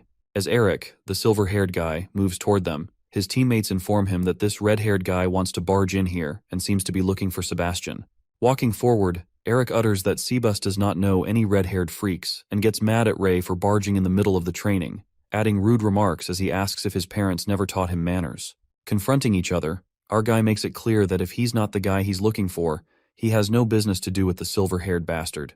While Eric grits his teeth in anger, Sebastian emerges and asks the red-haired guy if he's looking for him. Young Delbert takes a guess and says that Ray came here for his friend, assuming that he's the black belt as well. Feeling no need to explain his reasons, our guy straightforwardly tells him there's no need for small talk and challenges him to fight. Without a thought, he requests the battle against Sebastian with his watch, while the opponent lets out that it is quite direct. However, Sebastian refuses the battle and tells him to forget it as he witnesses Ray being ranked at 280. As our boy thinks if he's scared, young Delbert says that he manifests that it won't be much of a fight after seeing his low rank. Laughing hysterically, Sebastian mumbles that he thought the other black belt was the strongest, but Ray seems too weak. He then apologizes to Ray and assures him that he didn't hurt Monk's purpose, adding that it's a natural gap between them and the peasants, referring to the black belts. Saying that he does not want it to happen again, he shuts off Ray. While our boy leans toward the obnoxious bastard, Eric blocks his way and asserts that Sebastian might not stoop to his level to fight him. The silver-haired Spoonie reveals that he's currently 9th ranked, so if Ray can fight him, it might pique others' interest in fighting with him as well. Asking if it works for his boss, Sebastian happily allows Eric to fight with Ray. Meanwhile, our guy asks the boss if he will accept his request once he manages to beat Eric. As the silver-haired guy is pissed at our boy, Sebastian affirms to him that they will talk once the fight is over. The Delbert's house students are thrilled to see a real fight again, and feel lucky for being in a strong team as people come for challenges every day, hoping that it goes on long enough. Standing face to face, Ray confidently tells Eric to attack him. While Eric holds onto his wooden sword and seems to be filled with pride, he assumes that the red-haired guy is getting cocky and advises him not to go crying for someone to take revenge for him later. As the others notice that the red-haired guy hasn't unsheathed his sword yet, Eric reckons that this is an excellent chance to show him what he has got and thinks of using the stuff Seabass has taught him. On the other hand, the boss, Sebastian, proudly looks at his spoonie and says that he's bullying little kids again, and the fight finally begins. While our guy is unarmed and stays in one position, Eric makes the first move and leaps toward him as he swishes his sword. He forcefully stabs the sword to hurt Ray. However, to his surprise, Ray dodges the attack like a walk in the park.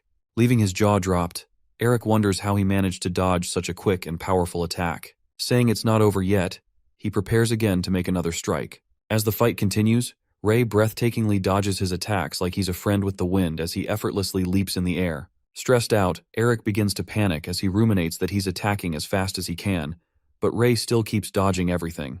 As he seems to give up, in a flash, Ray whacks a powerful punch at Eric, and the poor guy crashes to the ground. Beating the crap out of him, Eric quivers with pain as he gets punched right in the guts. After the silver-haired guy is passed out as the students carry him to the infirmary, Ray asks young Delbert if he's qualified enough to fight with him. Uttering what good will come to him if he agrees to fight with him, that's when our guy shows him something that convinces Sebastian to fight with him.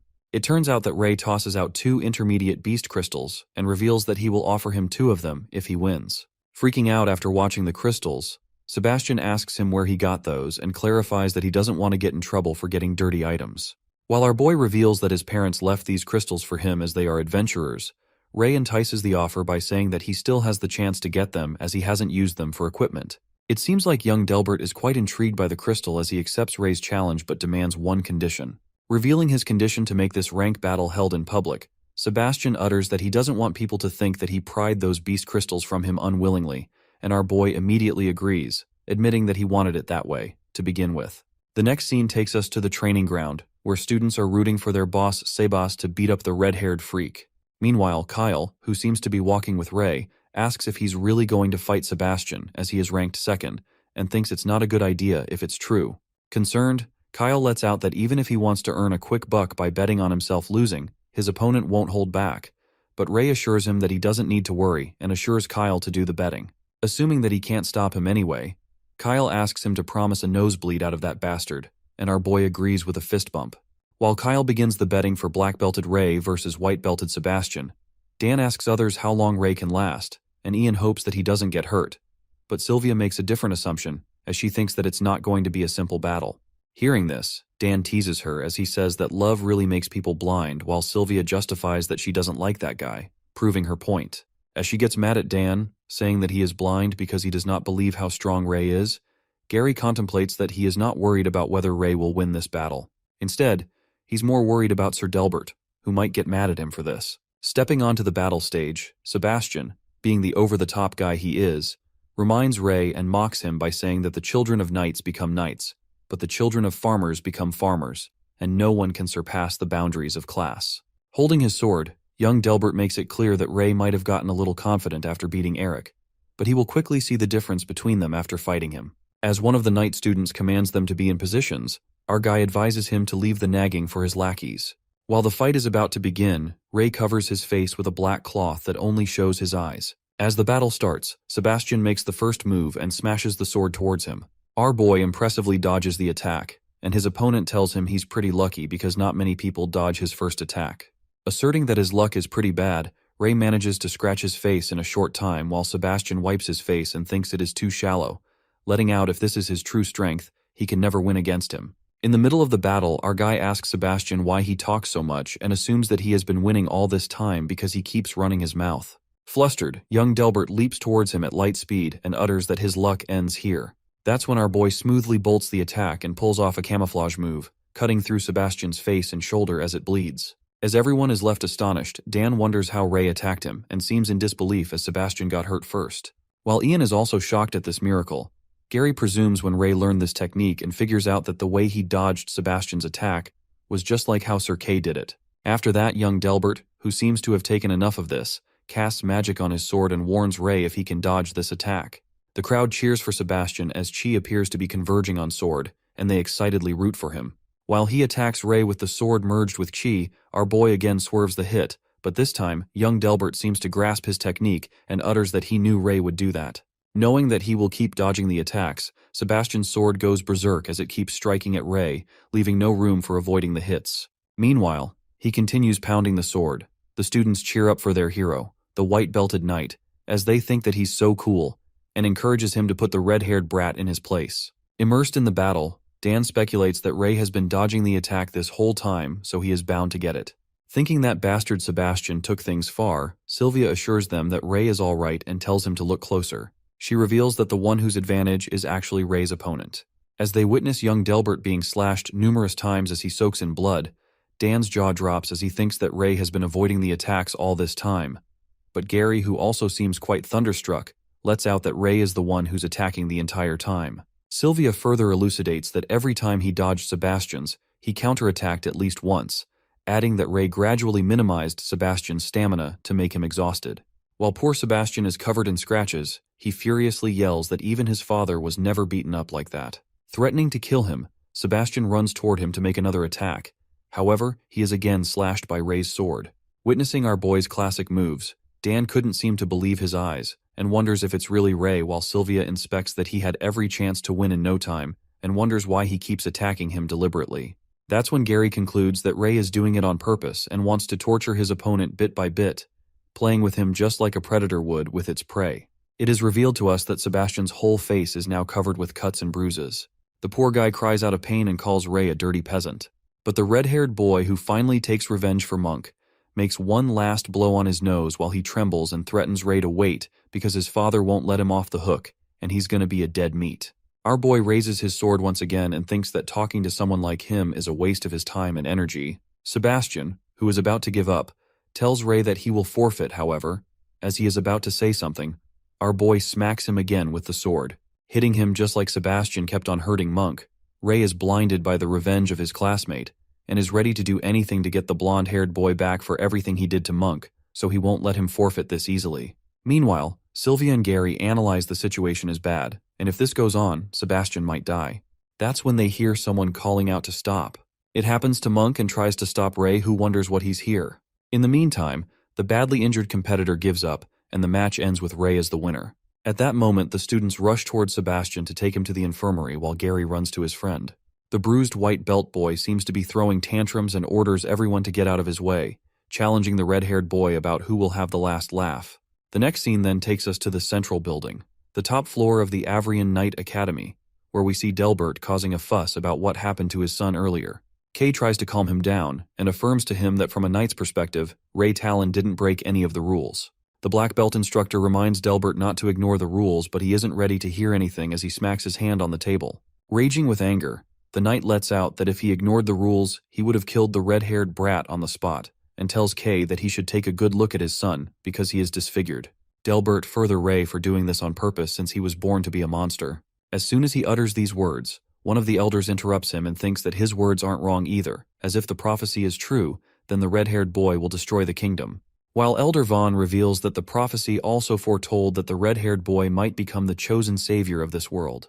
But Vaughn is interrupted by someone who mutters that the child has already shown the signs of becoming a calamity. As it happens, another elder suggests that it will be easier to expel the red-haired boy, and maybe this would spark the beginning towards the end. But the head elder objects and thinks that this debate is meaningless. He suggests that if everyone has different opinions, then they should vote on it, and asks to raise their hand if they agree on Ray Talon's expulsion. It turns out that Delbert, Elder Gibby, and Master Knight Rose agree on Ray's expulsion from the academy. On the other hand, Elder Vaughn, Head Elder, Elder Humphrey, Winford, Bernardo, and Instructor K disagree with his expulsion. In conclusion, 3 of them fall in the favor of Ray's expulsion, while 6 of them disagree. Therefore, the elder dismisses the expulsion of the red-haired boy. In the next scene, Ray seems to be laying down on his dorm roof with his eyes closed when he hears footsteps approaching. As he wonders who it might be, it occurs to be Sylvia, who didn't see him in the dorm, so she decided to look on the roof. While our guy lets her know that he wants to be alone for a while, she asks him if he's thinking about Monk. Upon hearing this, he is rather surprised, as if Sylvia reads his mind. After that, she confesses to Ray that he might be different from regular people, and he's not good at talking, nor understanding people's emotions. But our boy interrupted her by saying that he doesn't care. Flustered, Sylvia tries to justify herself by telling him that's not what she meant. Sylvia clarifies that she knows he's not a bad person, and every time she sees him confused or mad, she keeps wishing that she could help somehow, and hopes that he trusts them a little more because they're friends after all. Wondering if they're friends, Ray pushes her against the wall, leaving her shocked. Activating his dragon eye, he raises his head and asks her if she's afraid of him. Being honest, she reveals to him that sometimes she does get scared, but she doesn't think he's a bad person. At that moment, Sylvia smiles and compliments his dragon eye, saying it really suits him, advising him not to treat himself like a monster. As soon as he hears this, Ray's eyes turn back to normal. He turns around and ponders that every time he feels like he has seen how humanity truly is, things change immediately, and it seems like he still has a long way to go until he really understands humans. On the other side, Delbert furiously walks out of the building and decides to kill the red-haired monster someday since he doesn't care about prophecies. Just then, he's approached by Elder Gibby, who grabs the knight's attention by telling him that he knows that Delbert thinks the knights should only come from noble blood, which is an interesting point of view, adding that this caught his attention. Meanwhile, Sylvia walks down the stairs. She's approached by a blonde-haired boy who is also a white belt. The guy then asks her about Ray Talon's whereabouts, and she informs him that Ray is upstairs. He thanks the beautiful lady and heads upstairs, while Sylvia wonders if she ever came across someone like him in their year. While Ray is still on the roof, he hears someone coming in again and thinks that it is Sylvia, asking why she came back. But to his surprise, it turns out to be someone else, the blonde-haired guy from earlier who informs Ray that must have mistaken him for someone else. That's when that guy introduces himself as Harry Delbert, a second-year student, and our boy makes an annoying face as he realizes that he belongs to the Delbert family. Harry tells him that he defeated his little brother, which leads Ray to assume that he's here to take revenge. But the guy refuses and mutters that he has misunderstood his intentions as he is not here because of something so trivial. Instead, he wants to thank Ray. Upon hearing this, our guy is left surprised to see Harry thank him for beating the crap out of his brother. Harry further claims that he's aware how arrogant his brother can be, and Sebastian never practiced sincerely before in the past, so it was a matter of time that someone defeated him to make him learn a good lesson. As the guy finishes his talk, Ray turns around and is about to leave, but Harry stops him by saying that they can't have a rank battle because they're not in the same year and urges to teach him a lesson. He hands him a wooden sword, and our guy accepts the fight, uttering that after all that talk he wanted to take revenge after all. But Harry assures him that he just wanted to see how strong the person who defeated his brother is, and challenges the red-haired guy to show him what he's got. Meanwhile, Ray prepares himself, and reckons that Harry gives a different feeling than everyone else, so he decides to change his moves and strikes toward him. But Harry impeccably halts the attack and Ray leans backward with the force. Watching him lean back, Delbert's son compliments him for making the right decision, while our guy is left stunned as he senses a strange feeling, and ruminates that his opponent's sword would have broken already after his attack. Ray further contemplates that if his opponent keeps striking this way, his sword will break first. That's when Harry anticipates that he doesn't know how to use chi yet. After witnessing that he can't win based on pure strength, our boy decides to use the black belt techniques that he learned. Meanwhile, they continue to strike each other. Harry effortlessly keeps dodging the attacks and asks Ray if this is all he's got. As Ray gets a little worked up and starts sweating, Harry strikes one last powerful blow at him with his wooden sword, making him trip to the sword. That's when our guy begins to bleed, and at that moment Harry ends the fight as he is about to leave. Ray, who seems to be in a bad condition, somehow gets up and asks Harry if he's the first-ranked second-year knight apprentice, to which he responds that he ranks 50th. While the red-haired guy is left in disbelief to see someone this skilled ranked 50th, Harry Delbert waves him goodbye and claims that they should fight again after he learns chi properly, which leaves Ray to wonder if he can become that stronger after learning how to use chi. The next scene takes us to the Elder's office, where we see Knight Winford concerned about the situation at the border as more knights have gone missing lately. He continues to inform the head that their enemies are not only from outside but also from within, and there are rumors circulating about the Dark Guild that has already infiltrated the academy. As the head elder clarifies that they are not rumors anymore, Winford suggests that they should alert the students at least. While the head agrees to him, he declares that there's something important and asks Winford to bring those 5 red-haired kids as they should inform them of their calling. After that, we witness Ray sitting on the roof as he tries to converge his aura. It is revealed to us that he has tried to converge his aura into his body, but it never ended up working for him. As it seems to be raining heavily, our guy thinks that he should stop for the day. However, at that moment, he witnesses some suspicious people furtively moving around the academy. He comes to realize that those people are planning an ambush as they see their target in sight. Meanwhile, the people stealthily move closer to their target, who appears to be one of the elders. Ray activates his dragon eye and notices that they are a plague of shadows. Bothered, he takes off his black belt and reckons if they have anything to do with his father. On the other hand, the masked people block the elder's way as they make it clear that his road ends here. While the elder mumbles that the rumors about the Dark Guild entering the academy were true, one of the guild members lets out that he realized it too late, declaring that soon the Dark Guild will take over the entire academy and no one will be able to stop them. As the old man seems to be fighting against 4 of them, in a flash, someone joins them. It occurs to be Ray as he announces that they will be fighting 2 against 4. Hiding his face, Ray enters the dangerous situation as he holds his sword, and the elder recognizes that he's won the students and apologizes for getting him involved in this. On the other hand, the guild member gets shocked to see where the kid came from, but the other one lets out that it doesn't matter as they both are going to die. While the old man prepares to fight and uses magic, he asks Ray to help him keep the 2 people occupied. As Ray engages with the 2 members, he speculates that the old man chi is unique, and notices that the shadow beasts have consciousness intact. He dodges the attack and plans to strike his sword from behind, but the other member comes in between. As one of the guild members casts magic, Ray leans back, and they realizes at once that he doesn't know how to use chi, concluding that he's an amateur. Thinking that they found him out, he puts the sword in his mouth, and the guild members get confused as they see him. They decide to kill him and leaps towards Ray, but he keeps on dodging the attacks that leaves the shadow to wonder that this brat's movements are weird. Losing track of Ray as they fail to catch up to him, they search for the red-haired boy and witness two of their members killed by the strong old man. The elder tells the two other members to continue the fight as he wants to see what that child can do.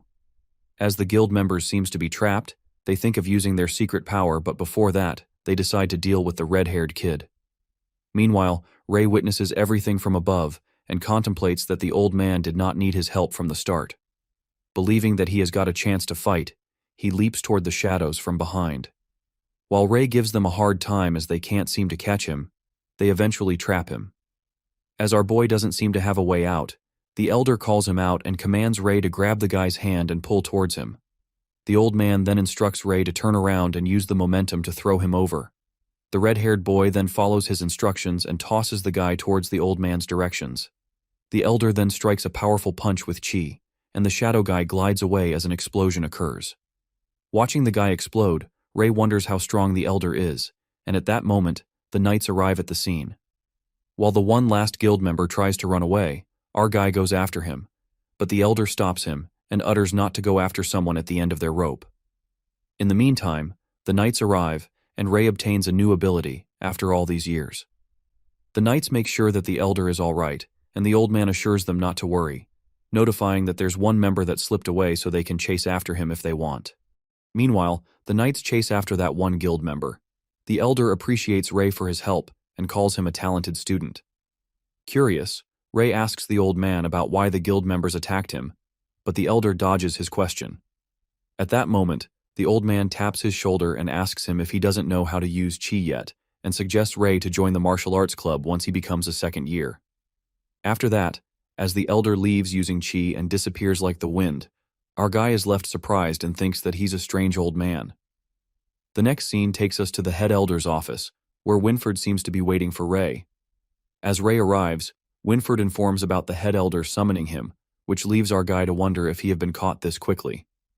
It appears that Winford summons all the red-haired kids, including Ian, Kyle, Sloth, Badger, and Ray. While the kids seem to be impatient and speculate that the elder have a special mission for them, the head elder gets straight to the point and reveals the reason for summoning them is because of the prophecy. The old man discloses that 10 years ago, there was a prophecy was heavens that predicted that their land will be saved by a red-haired boy from the brink of destruction. Upon hearing this, Kyle assumes that it could be one of them, but the elder lets out that they have found 10 red-haired kids who fit this description, which leaves Ray surprised as ever. Asking about the other 5 children, the elder lets out that the other 5 children have an aptitude for magic, so they are studying at the Roland Academy. As soon as Ray hears this, he gets reminded of Amy, who's also studying there, and thinks that she already knows about those people. While Kyle and the other redheads seem to be exhilarated about saving the world, the head elder continues to tell the prophecy. He reveals that in the past, 5 dragon knights saved their land from danger, defeated the shadows, and found the Avrian Knight Academy. Leaving the priceless heritage behind, the head elder gives them a big responsibility to protect the heritage and informs them about receiving even more training other than basic and special training. The 5 red-haired kids are anticipated to become the Avrian's Academy's new generation of dragon knights. As they leave the office, Kyle and one of the twins feels happy about becoming saviors, while Ray asks Ian if his hairs have always been red. Meanwhile, Ian responds that his hair has always been like this, and he also went through a lot of trouble growing up. Our guy reckons that everyone's hair has always been red. However, Ray's hair turned from black to red. Our boy speculates whether he should be counted as a dragon knight, which leads him to think that the head elder must be hiding something from them. The next scene takes us to the head elder's office, where Winford seems to be questioning the head about not disclosing the whole prophecy to the children. The head affirms to him that kids have enough burdens on their shoulders, so they should let them know things when they're ready, and the knight unwillingly agrees with him. The scene then flips to Ray, who begins to search for the dragon knights. The boy narrates that some people still think of dragons as symbols of evil, while some didn't believe that these creatures ever existed. A minority still believed that the dragon were the protectors of this land as the world wasn't plagued with shadows in the past. As he read more about the knights, one book stood out to him in particular, as it mentioned the guidance of God. While books written about God are forbidden for humans, Ray couldn't find anything useful and goes to a priest to find answers. It is revealed to us that along with their special training with Sir Kay, they also train under Winford for extra training to become Dragon Knights. As the training continues, our boy contemplates that if it weren't for this knight training, he would have immediately gone to have a chat with God and ask him why he turned him into a human. Our boy then narrates that a year has passed with his training, and he also managed to find the time for hunting sessions, adding that tomorrow will be the first day of their second year of training. Coming back to the present, as Ray seems to be sleeping, he hears a noise and witnesses Gary having a nightmare as he trembles.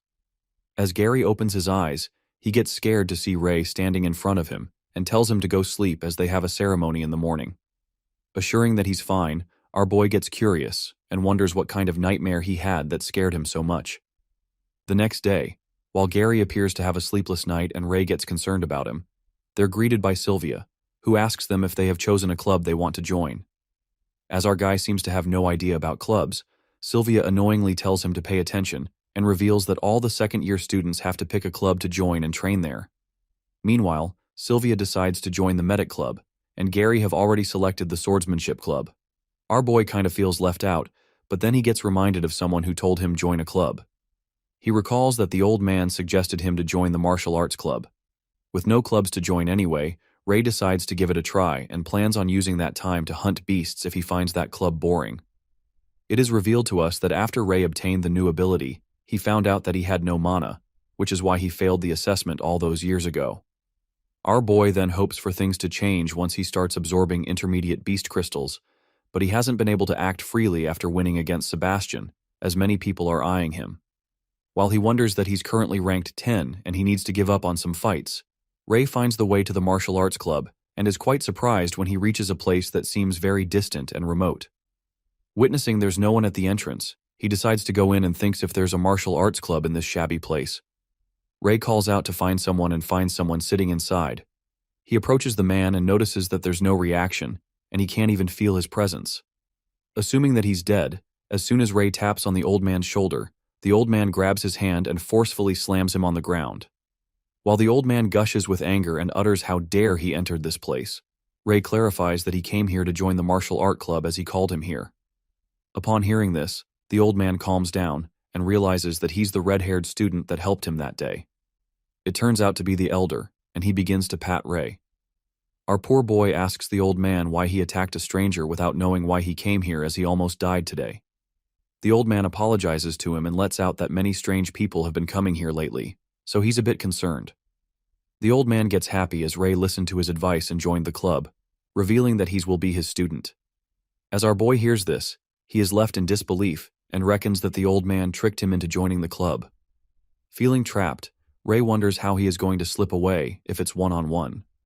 The old man instructs Ray to start from the basics, as when they first met, he didn't know how to use chi. While he continues to elucidate about the chi attacks, our boy concludes that this club is clearly on the losing side as nobody joined it. But the old man assures him that those people don't understand martial arts, and once he teaches Ray everything, he will know that his hands are his best weapons. At that moment, Ray asks him about the people who attacked him earlier, to which the elder responds that they were from the Dark Guild. Saying that he will learn about them in the second year, the old man reveals that the Dark Guild is an organization that wants to bring down the Allure Kingdom. He further narrates that their leader was a higher-up of the Avrian Knight Academy in the past, and they created this organization after they were expelled from the academy. Recalling that their aura was similar to the Plague of Shadows, Ray asks him if those people are dangerous. The old man decides to tell him the truth since he owes him a favor, and confesses that those guild members wanted him to die because he's one of the 6 elders of the academy. Elder Vaughn then takes off his shirt and exposes his muscles, uttering that he might be old, but he's confident in his muscles. Supposing that he knows about Ray's prophecy, our boy decides to show his full strength when Vaughn commands him to show what he's got. That's when our boy punches the old man with full strength. As his hands hit his masculine body, Ray reckons that it's hard, just like hitting a metal board, While our boy's hand gets nearly crushed, Vaughn asks him if he used chi in that attack. Blowing his hand, Ray refuses, and the old man excitedly tells him that he's stronger than a bull and that once he gets the hang of chi, he will soar in the heavens. Listening to this flattery, our boy wonders if this old man is even reliable. Vaughn proudly pats his shoulder, uttering that they should begin. Saying that he did not agree to join yet, Ray freaks out and thinks that there's no going back. The next scene takes us to the training, where Vaughn seems to be teaching Ray about Chi Elder. Vaughn lets out that Chi can be produced just by breathing and transfers some Chi into his body. The old man transfers the energy and instructs Ray to feel it through his body. While our boy thinks that it's so warm and is surprised to see Chi flow like this, suddenly, Vaughn falls unconscious. While our boy freaks out as he witnesses that his mana has been activated, he tries to wake up Vaughn, thinking that he's dead. But listening his heartbeat, Ray takes a sigh of relief and assumes that Vaughn have passed out. He speculates the situation and realizes that his mana skill was activated because the system absorbed mana from the old man's body when he was transferring chi to him. Witnessing that his mana is almost complete, Ray smacks the old man as he hasn't woken up yet and concludes that he's not strong at all. In the meantime, the dragon's patience lasts only 10 minutes when he gives up on the old man, thinking that he won't die anyway. He plans to use this time for training. Our boy activates the dragon eye and notices the chi flowing within his body. He tries to converge chi into his solar plexus and successfully pulls it off. As he makes it circulate within his body, chi dissipates from his body as he tries to manipulate it. Trying to converge chi in his body, our boy fails repeatedly as the energy keeps disappearing. Thinking that the chi flow is unstable, he decides to use more energy. As Ray uses more chi, it begins to hurt his body. Starting to get out of control, the old man finally wakes up and witnesses Ray emerging great amount of energy as he seems to lose control. Shocked, Elder Vaughn then commands him not to move and pulls the energy out of him. As he pushes out the energy, it destroys the place. And that's when the Elder unveils that Ray almost killed himself after witnessing the amount of destructive power he sucked out of his body.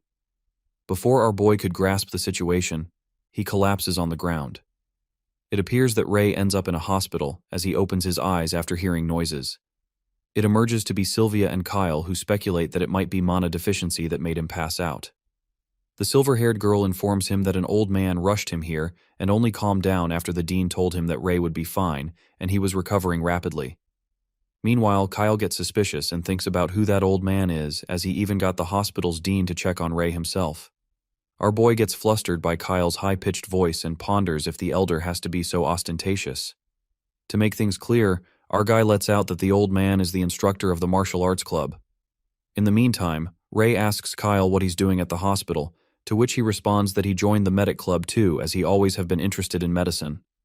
At that moment, Gary peeks through the curtain like a ghost, uttering that he's glad that Ray woke up as he was going to die from all the noise.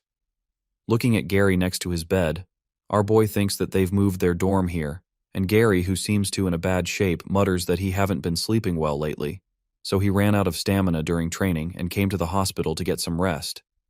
While Gary argues with Kyle for nagging him to get some rest, Ray wonders what kind of nightmare he's been having. After getting discharged, our boy goes back to the martial arts club, and Elder Vaughn yells at him for coming back here, calling him a fool. As our boy freaks out, the old man grumbles and clarifies that if he hadn't been there, Ray could have died, and in the worst situation, he wouldn't have been able to use chi anymore. After that, Vaughn unwillingly praises him and reveals that he was able to accumulate that much chi on his first day, which is quite impressive. While our boy thinks that he's talented, the elder tells him not to get cocky and teaches him to control his chi, which can only be the size of his fist. Learning how to control chi, our boy narrates that after he practiced the basics, as the old man said, he was able to use chi to strengthen any part of his body after 5 days. It is revealed to us that for the next few days, Ray trained to manipulate the chi to where it was needed at the fastest speed possible, which was difficult, but he got to learn a lot of things. The next scene takes us to the southern gates of Avrian City, where Lancey informs them that it will be their first time hunting after becoming second year. Commanding them to listen carefully, Lancey reveals that there are 3 safe hunting grounds where they can obtain beast crystals and suggests they don't stray off the path if they want to make it out alive. He further informs that each of the 3 teams will head towards one of those hunting grounds so that they can become familiar with different magical beasts. As they walk towards the hunting ground, Martha's team seems to be heading to the insect forest. While Kyle doesn't seem to like bugs, Ray speculates that something is off with Gary as he doesn't look okay. At that moment, as the bug emerges, Sylvia tells everyone to be careful, and Dan assures them that they are regular bugs, so they don't need to freak out. However, a strike of terror runs through Dan and Kyle as they notice that the bug's size of someone's head, scaring their pants off. As Martha begins to slash the bugs with her arrows, Sylvia warns them to be prepared as bugs might be weak, but they appear in swarms. Just then, the swarm of bees attacks them, and all of them come into action. Meanwhile, Kyle fights off the disgusting bugs, and Dan finds the bugs agile. Sylvia alerts Ray to watch out. That's when our guy activates Chi and strikes his classic moves as he kills the bugs without any weapons. As Kyle seems proud of him for learning Chi, Ray decides to test the results of his training, but Dan tells him to stop showing off and use a weapon. Suddenly, Monk and Ray hear a noise, and it turns out that a bug attacked Gary's arm, and he starts bleeding. While Ian kills the bug and asks Gary if he's okay, Sylvia inspects the wound and lets out that it is not deep. She asks Ian to help her remove the armor to perform first aid. As all of this happens, our boy gets concerned about Gary being off lately, and even got hurt by a beginner magical beast, planning to ask him when they get back. After that, Sylvia performs Chi on Gary's arm, and Dan is impressed as the wound heals a lot, asking if she learned it from the medic club. Kyle agrees and elucidates that Chi can help cells recover faster, so it can be used for simple first aid. Upon hearing this, our boy ponders that he's not the only one who learned some new tricks and decides to work harder. Later, Dan picks up the beginner beast crystal and lets out that they will not be able to hit the tax limit for today. As Ray asks him about the tax, Dan reveals that according to instructions, they have to hand up 1/10 of their earrings when they beast crystals at the hunting grounds only if they manage to get more than 10. Meanwhile, Dan clarifies that's how the academy operates. Our guy reckons that he needs to get past Lancey. It appears that Ray has gotten more than 10 crystals, and then he peeks at his dragon system. At the entrance of the hunting grounds, Lancey collects the beast crystals.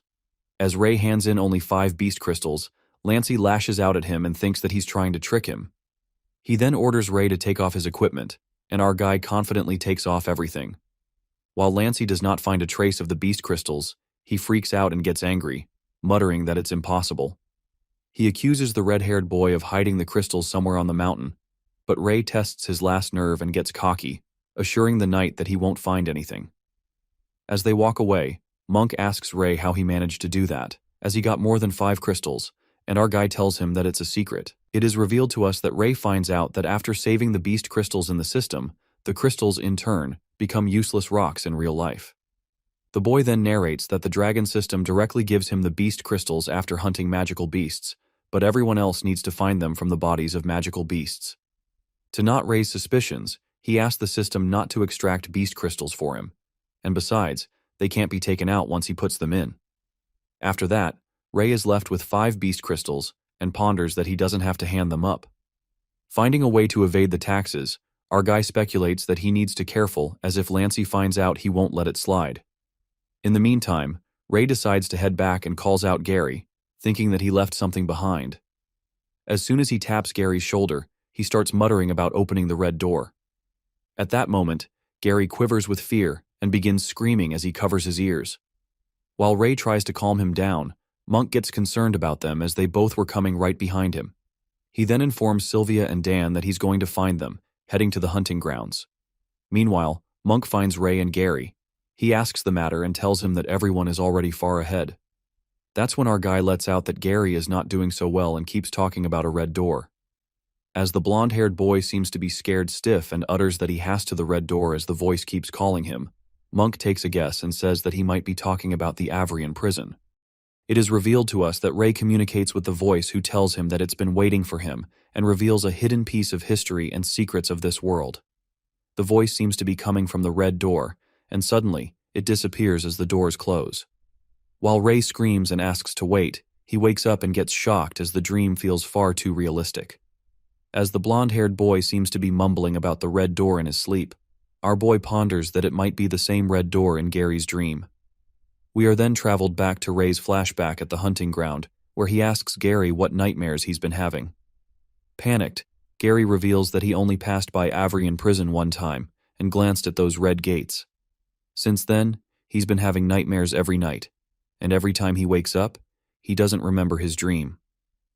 While the poor boy is traumatized, Gary adds that he can only feel endless fear, and something behind those red doors keeps calling him. That's when he plans to go to that place, but Monk freaks out and discloses that the place is entirely off limits, and they can even get expelled. But it seems like Gary has no choice as he decides to deal with it. Otherwise, he will get tortured to death by the voices in his head. At that moment, Ray agrees to go with him and asks Monk if he will join them. But Monk hesitates and warns them that they can even die in there. Our guy, who seems determined, lets out that the skills they learned will work in the cover of night, so they should give it a try. Watching Monk refusing to go, Gary feels bad for dragging him into this and asks Ray not to give him a hard time as he already thankful that someone is going with him. However, our guy insists and utters that Monk is better at stealth than them, so he'd be of great help. With no other choice left, Monk agrees to go with them and tells Ray that he's repaying him for what he did for him at the duel. Later at night, our boy ponders if the red gates of Avrian prison are the source of Gary's nightmare, as even he dreamt of it. He wonders if the secrets of this world are really hidden in the Academy's prison. The next scene takes us to the Avrian prison, where the knights seem to be guarding the doors. As it's late at night, the three of them sneak inside that area and hide under the bushes. While Monk confirms if they won't caught, Gary assures him and reveals that he's been observing this place and found out that those black armored knights exchange shifts with regular white-belted knights every Tuesday. Asking why the guards exchange shifts at this time every week, Gary assumes that it might be a weekly gathering. In the meantime, Ray activates his dragon eye to inspect the prison and notices that something's off, as everything is pitch black. With the prison being built underground, our guy finds it suspicious. After a while, the guards seem to be leaving for the meeting as they exchange shifts. Meanwhile, the black armored guard leaves for the meeting. Ray decides to follow the plan, and suddenly, someone grabs Gary's hand, asking what they're doing. It turns out to be Molly, a third-year black belt student. She let out that she was training nearby and saw the two of them sneaking around. As Molly guesses that they are about to sneak inside the prison, Gary panics and spills that they were planning, but then she comes just in time. Suddenly the barrels scatter all over the place, diverting the guards' attention. While the guards get busy arranging everything, Ray gets alert and utters that Monk has already begun with the plan, so they need to hasten up as well. As soon as Molly hears about Monk being involved in the plan, she freaks out and warns them that they are going against the rules. Calling them crazy, she keeps nagging them, and Gary asks Ray how should they deal with her.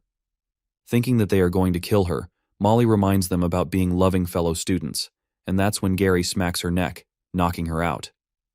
Meanwhile, Gary couldn't help himself as she kept talking too much. Ray decides to take Molly with them because they might be doomed if she spills their plan.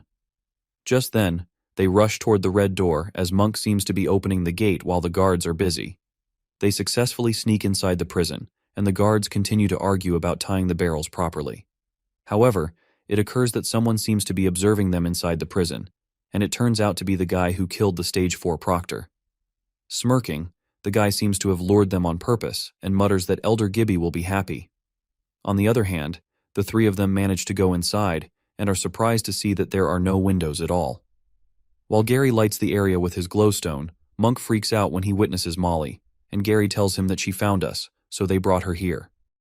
Eventually, Molly wakes up, and Monk asks her if she's doing all right. But Molly seems to be in a bad mood as she lashes out at them for doing such a thing to a senior and threatens to report them. While she is pissed off, Gary tries to explain his reasons, but Ray, without any reluctance, tells Molly to report them and urges her to shout as loud as she wants so they will be expelled altogether. Pissing her off even more, poor Monk stops him and tells Molly not to mind him. After that, Ray walks away, and Gary calmly suggests to Molly that they should take a look since they're already inside. As the girl is super annoyed by Ray, she makes it clear that she won't take the responsibility if they get in trouble. Molly snatches the glowstone out of Gary's hand and leads the way since she's the senior. Walking down, Monk realizes that there are inmates in the prison, and Gary, who also seems to have no idea, lets out that this place has always been forbidden and he's never heard of criminals being transferred in this prison. That's when the girl clears her throat and reveals that some people say the Academy is using this prison to hide the thing they really want to hide. She further adds that once those things appear, it would cause a great uproar. Upon hearing this, our guy assumes that she doesn't know what they're hiding either, and Molly responds that they're rumors, calling him a brat. Meanwhile, she discloses that other than the 3 knights and 6 elders, no one's been here before. At that moment, the wind gets strong, and a terrible smell starts diffusing across the area. As Ray hears something, Monk advises them to go back, and Molly, who also seems to be scared, agrees with him. But Gary refuses, and is determined to find out what has been appearing in his dreams. They all decide to go down together, and finally reach the bottom. To their surprise, it appears to be another door.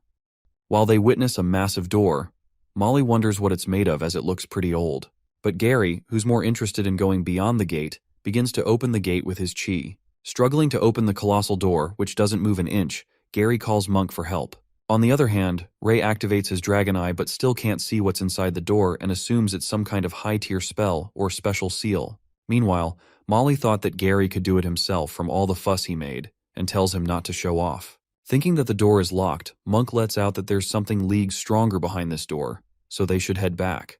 But Gary makes it clear that he won't back and asks Ray to help him. As soon as our guy places his hand on the gate, the dragon system appears and asks him if he wants to open the door. Confused, Ray taps to agree, and in a flash, the door opens. Astonished, Monk asks him how he did it, and Ray clarifies that he just touched the doors. It is revealed that the sounds of the gears went even deeper within, but the magic crystal only showed a small area ahead, and as they kept walking, an unsettled fear took over the hearts of the youngsters present. As they make their way inside, a scary sound reverberates as Gary steps on something.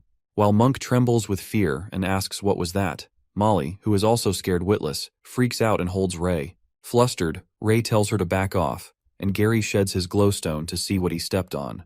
It turns out to be bones, and Gary speculates that it might be a beast or a dragon. Wondering how a strong beast could die here, Ray lets out that dragons don't die that easily, while Molly thinks that the knights took the beast out. As they continue to dig deeper, Ray notices they're reaching the end, and Molly lets out that they can finally leave this place. Reaching the end, Gary informs them that it's a large space underneath. While Molly says that these look like prison cells, Monk notices that there are many of them.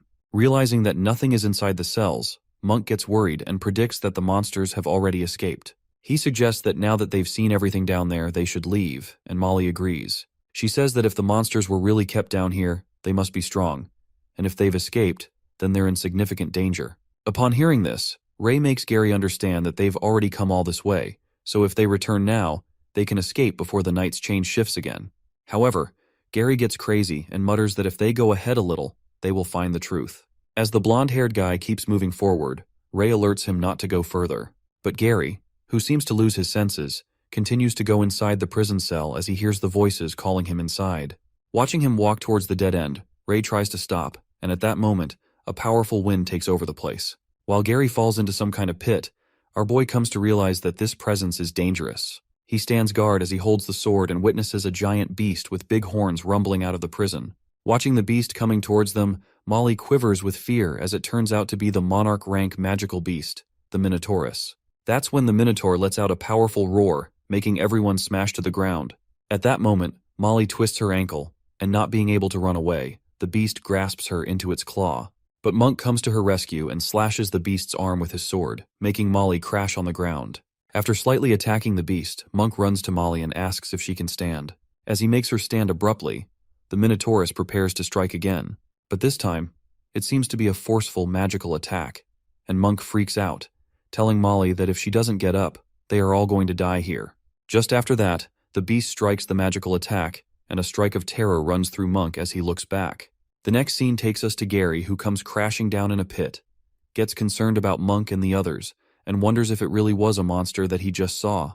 On the other hand, Ray halts the beast's attack with his sword, and his tame wolf backs him up as it protects Monk and Molly. Watching the watch protecting them, Monk gets baffled and asks why the magical beast is helping them. While our guy struggles to stop the beast for too long and has no time to explain, he makes it clear to Monk that the wolf is on their side, so they don't need to worry. After that, Ray orders his wolf Noir to take Molly somewhere safe, while Monk is left stunned to see the wolf following orders. As the wolf takes Molly away, Ray instructs Monk to hide his presence and kill the Minotaurus in a single blow once he holds it down. But the black-haired boy informs him that it's very risky as the beast is way too strong to be killed in a single attack. Carrying his plan, our guy assures him to trust him and begins to gather chi. Meanwhile, Monk hides, and Ray attracts the beast towards him. Somehow, the beast wields his sword away, and with no weapons, our boy grabs the beast by its horn and tries to hold it down. Realizing that it's too strong, the beast drags and bumps him against the wall, but Ray doesn't let go of its horn and holds it with full strength. That's when our boy commands Monk to attack the Minotaurus, and he immediately strikes the beast from behind, holding two swords. While Monk stabs the swords with strength, he is shocked when he witnesses that they are penetrating as the beast's skin is as tough as a metal board. In a while, Gary arrives at the scene and yells at Monk to dodge, striking the sword towards the magical beast. To his surprise, the sword shatters, and Gary flings away as the beast strikes a magical attack while Ray, with the help of Chi, tries his best to hold it down. Not letting it escape, Ray activates his new mana skill and finally lets go of the beast's horn. Absorbing the mana, he gathers all Chi and attacks with full force. Attacking with his hands, he manages to slash the Minotaurus back. Feeling happy that the old man's training worked after all, Gary alerts him to watch out. But by that time, the beast knocks Ray out, making him smash into the ground. Coughing, our guy reckons that he absorbed too much mana, so his body can't gather it immediately, and he realizes that his body is still too weak. As the beast approaches him, Ray tries to think of a way to deal with it, but then he spots someone.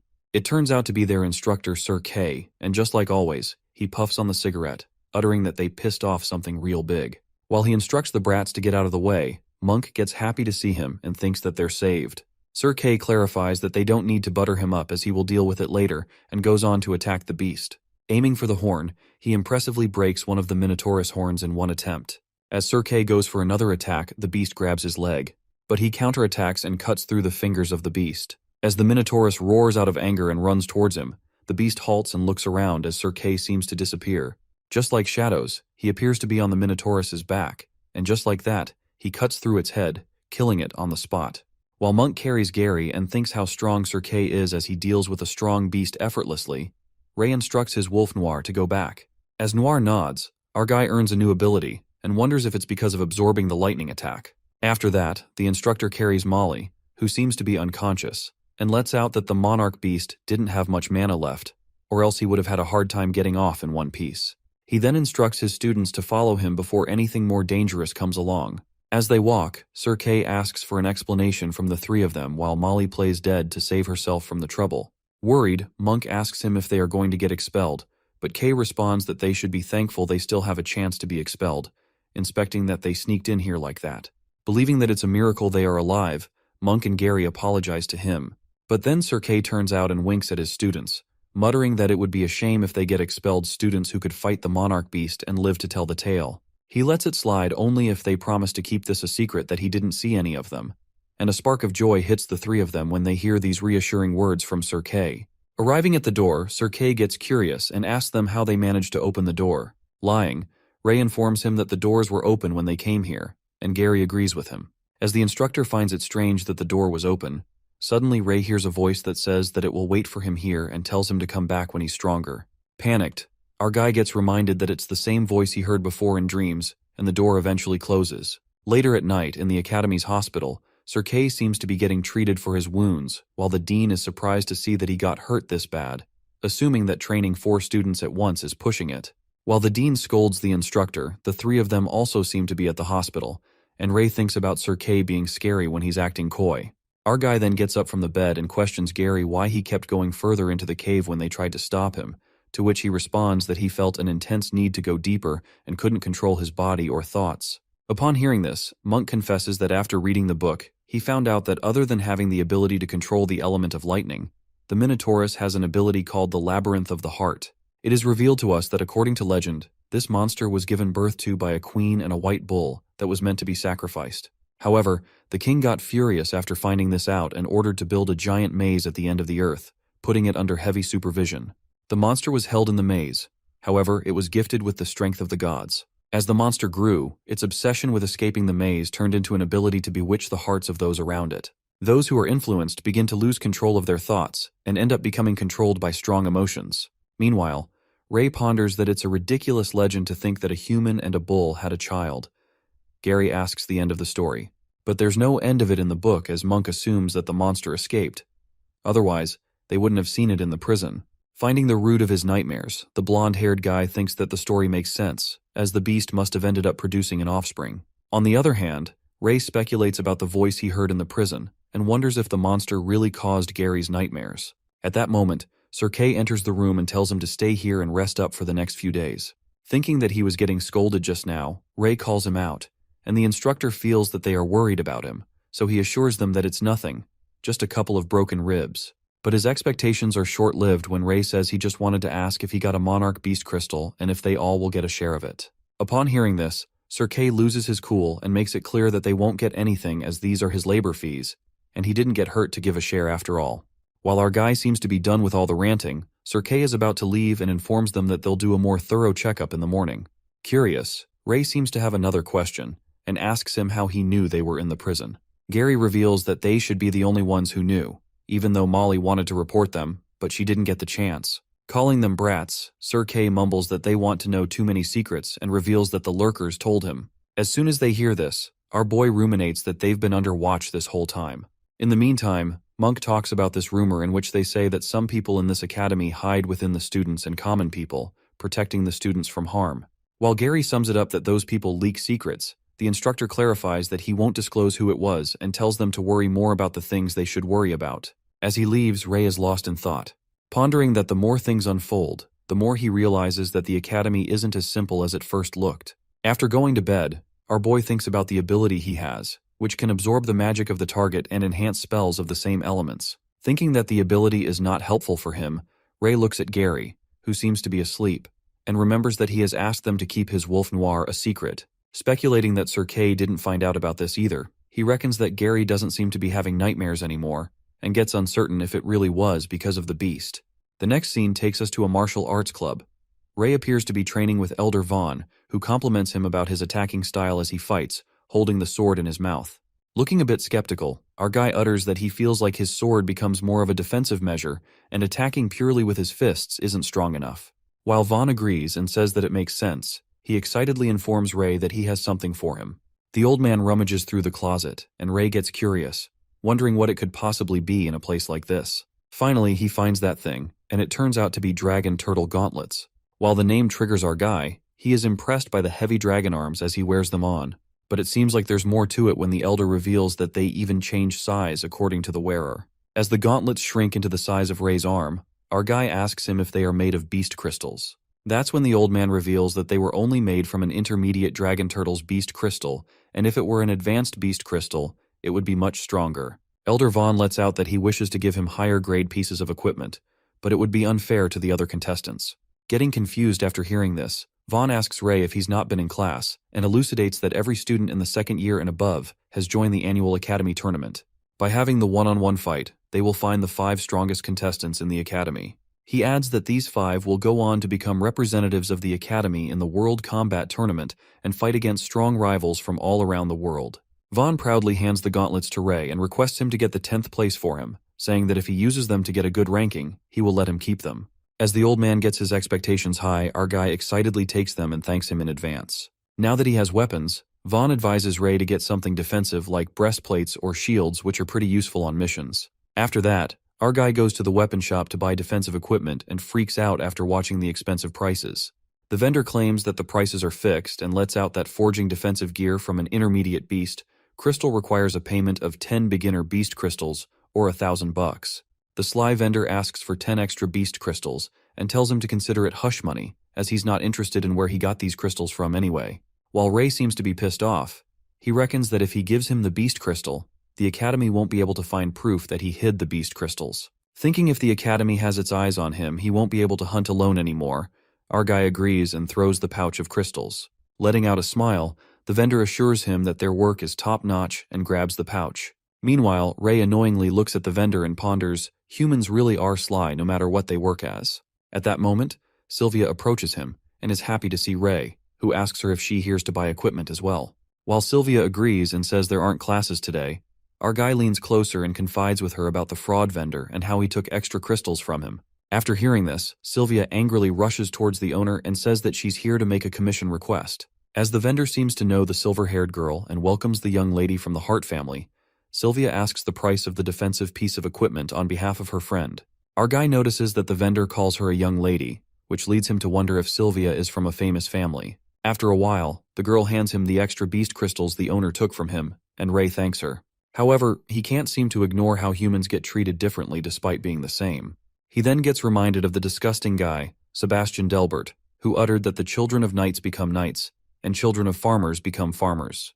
Ray then concludes that what he said might just be the truth of the world. Snapping out of his thoughts, Ray decides to repay her kindness and pulls out a Wallabear Intermediate crystal. But Sylvia refuses and says that it's much more expensive than 10 beginner beast crystals. Our guy forces her to take the intermediate crystal and assures her that it's not much of use to him now that he's got a weapon and defensive gear. As he leaves and waves her goodbye, Sylvia starts to blush and affectionately holds the crystal Ray had given to her. After that, as Ray keeps buying equipment from the same vendor, the vendor apologizes to him as he didn't know he was friends with the young lady of the heart before. On the other hand, our boy seems to be happy as he sees some progress in his chi practice and gets excited to hunt even higher ranked monsters now that he's armor along with the gauntlets the old man gave him. The next scene takes us to Elder Gibby, who seems annoyed after knowing that the kids were lucky enough to escape alive from the prison.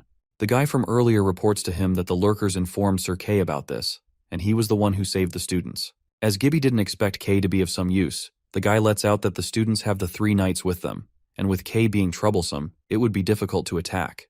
He then suggests to test out Knight Delbert, but Elder Gibby tells him not to rush as Delbert is a suitable candidate. The Elder further says that he still has to test Delbert's loyalty as he is one of the knights and commands the guy to let go of him. He then suggests someone else and instructs the guy to tell him that if he succeeds, the Pure Guild will give him a new position. The next scene takes us to the mountain forest hunting grounds, where everyone seems to be enthusiastic, and Gary suggests that they need to earn more to get equipment. Meanwhile, Monk thanks Ray, and Ian does the same, saying that he will pay him back with something better. But our boy seems to be confused and asks them if they're talking to him, and Dan grabs him behind, uttering that he knows that Ray very shy, but they're really thankful. At that moment, Ray asks Sylvia if this has something to do with her, and Martha immediately stops being a third wheel and leaves them alone. That's when Sylvia explains to him that the Woolly Bear Intermediate crystal Ray gave to her, she exchanged them for gold, and gave them to their teammates under his name.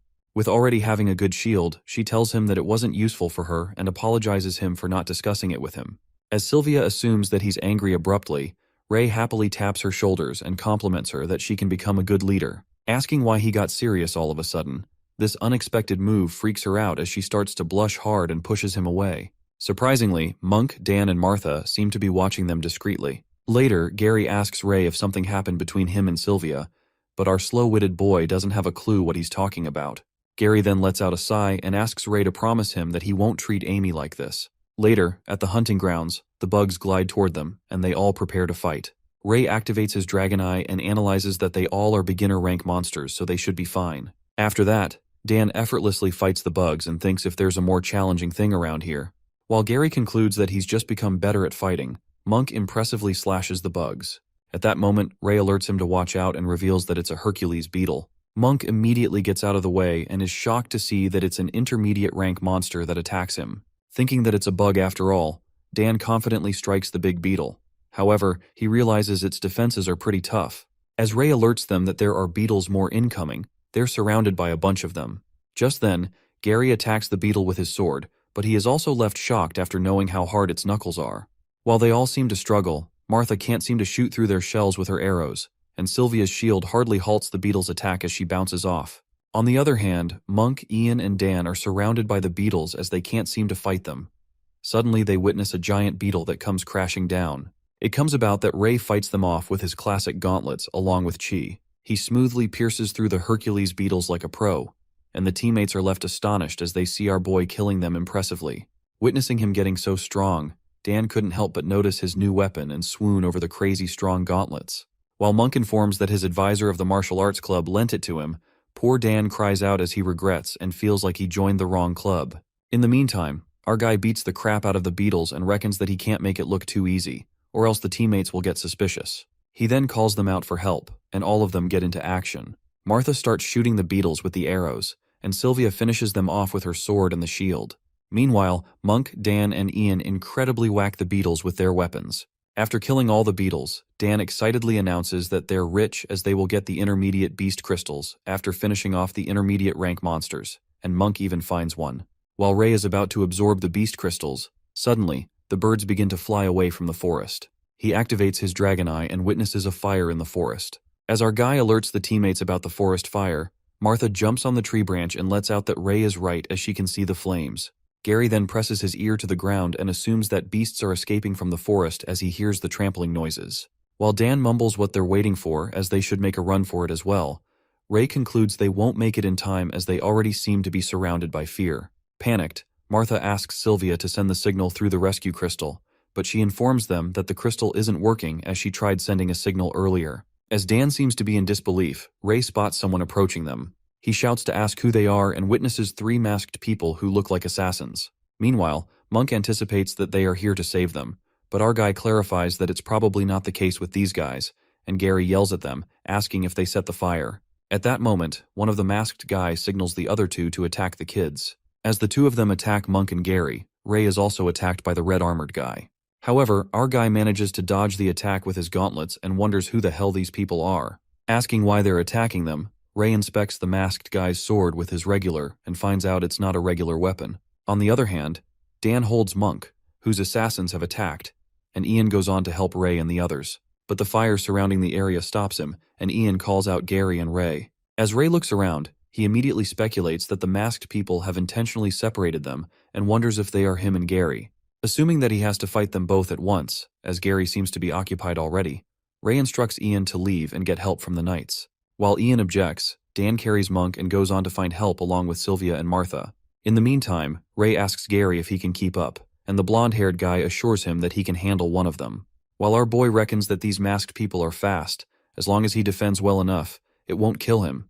Gary keeps one of them occupied and buys time for Ray. At that moment, the 2 masked people leap towards Ray, striking him with a chain weapon. Knowing how he will attack, Ray grabs the weapon and dodges one attack. However, when Ray looks around, another one strikes with a blazing sword. Finding it troublesome, our boy leaps backward, thinking that whenever he tries to focus on one, the other jumps in to disturb him. At that moment, the assassin forcefully strikes the weapon at Ray, catching him off guard. Our guy smashes to the ground, but luckily his armor blocks the worst of it. Assuming that both assassins work together better than he expected, Ray changes the battle plan. He then spots Gary, who seems to get his arm injured and assures him that he doesn't have to worry about it anymore. However, the blonde-haired guy backs him up and tells him that he will deal with one of the masked men. That's when the assassin prepares to attack Gary, uttering that he will make sure to kill him painfully. Given that they're planning to kill them, Ray sees no reason to hold back and absorbs 5 beginner beast crystals. Gathering the energy, our boy evolves into a dragon knight as horns appear on his head, and he calls out his wolf Noir, who also evolves into a horned wolf, muttering that it's time to hunt. Witnessing Ray casting magic, one of the assassins gets panicked and lets out that they never informed the kid knows magic. As the other one commands to continue the mission, they leap towards him. Noticing it's the same move from earlier, Ray makes sure not to fall for it again and grabs the sickle weapon. He then commands Noir to run and traps the 2 of the assassins with the chain. Thinking that he can trap them, they effortlessly break free from the sickle. While Ray doesn't seem so surprised, he instructs the wolf to take care of the guy with the sickle and jump towards to deal with the other one. As our boy fights with one of them, another one dashes towards him, but Noir arrives just in time and attacks him. Saying that he kills beasts like him for breakfast, the assassin dodges Noir's attack with the weapon. On the contrary, our guy keeps dodging the attack and is baffled when he realizes that it's the same move again. He inspects that the sword is troublesome and decides to restrain it. Ray speculates that the masked guy is avoiding combat when the chain is not with him and wonders why he is doing that. To try it out, he abruptly attacks the assassin, leaving him shocked, and according to Ray's assumption, the masked guy doesn't engage with him and leans backward. While our boy finds out his weakness, he peeks at Gary, who seems to be giving a hard time to the masked guy. Gary declares that they are students of Avrian and stabs the assassin with his sword, asking why he attacked him. As the blonde-haired boy holds him down with the sword, Ray warns him to watch out as the other strikes a fire blow at him. However, the attack hits the assassin, who was stabbed by Gary and burns in the fire, screaming for help. Appalled by this sight, Gary ruminates that they're willing to kill their allies and walks towards Ray to help him. Meanwhile, Gary quivers with pain and trips to the ground. Our boy tells him to rest and assures him that he will tear these bastards to pieces. Ray holds the sword in his mouth and lets out that a scum like him doesn't deserve to be part of this world, and to think that he even threw the lives of his comrades away, it's unforgivable. Just after that, he lands a powerful attack on the masked guy, but he survives it. Witnessing that he dodged the attack, Ray concludes that they've come well prepared as they're equipped with special equipment and weapons. As his gauntlets seem to crack, He thinks of finding an opportunity as if this continues. His equipment is not going to hold for long enough. To buy some time, Ray summons his wolf Noir and it immediately attacks the masked guy. While the assassin thought that Noir would be strong, but it turns out to be an intermediate rank, he affirms that the wolf is going to die before his master does. As the wolf tries his best to confuse him and rapidly moves in circle, the masked guy grasps the chain and utters to stop looking down on him. At that moment, the assassin captures the wolf with the chain, and Gary, who witnesses Noir being in trouble, plans to do something. Without wasting a moment, the assassin aims the weapon towards the wolf to kill it, but at that moment, Gary steps in and stops the attack. Thinking that he wishes to die for a monster, the assassin strikes Gary, who is barely hanging on, and he smashes on the ground, making his sword slip away.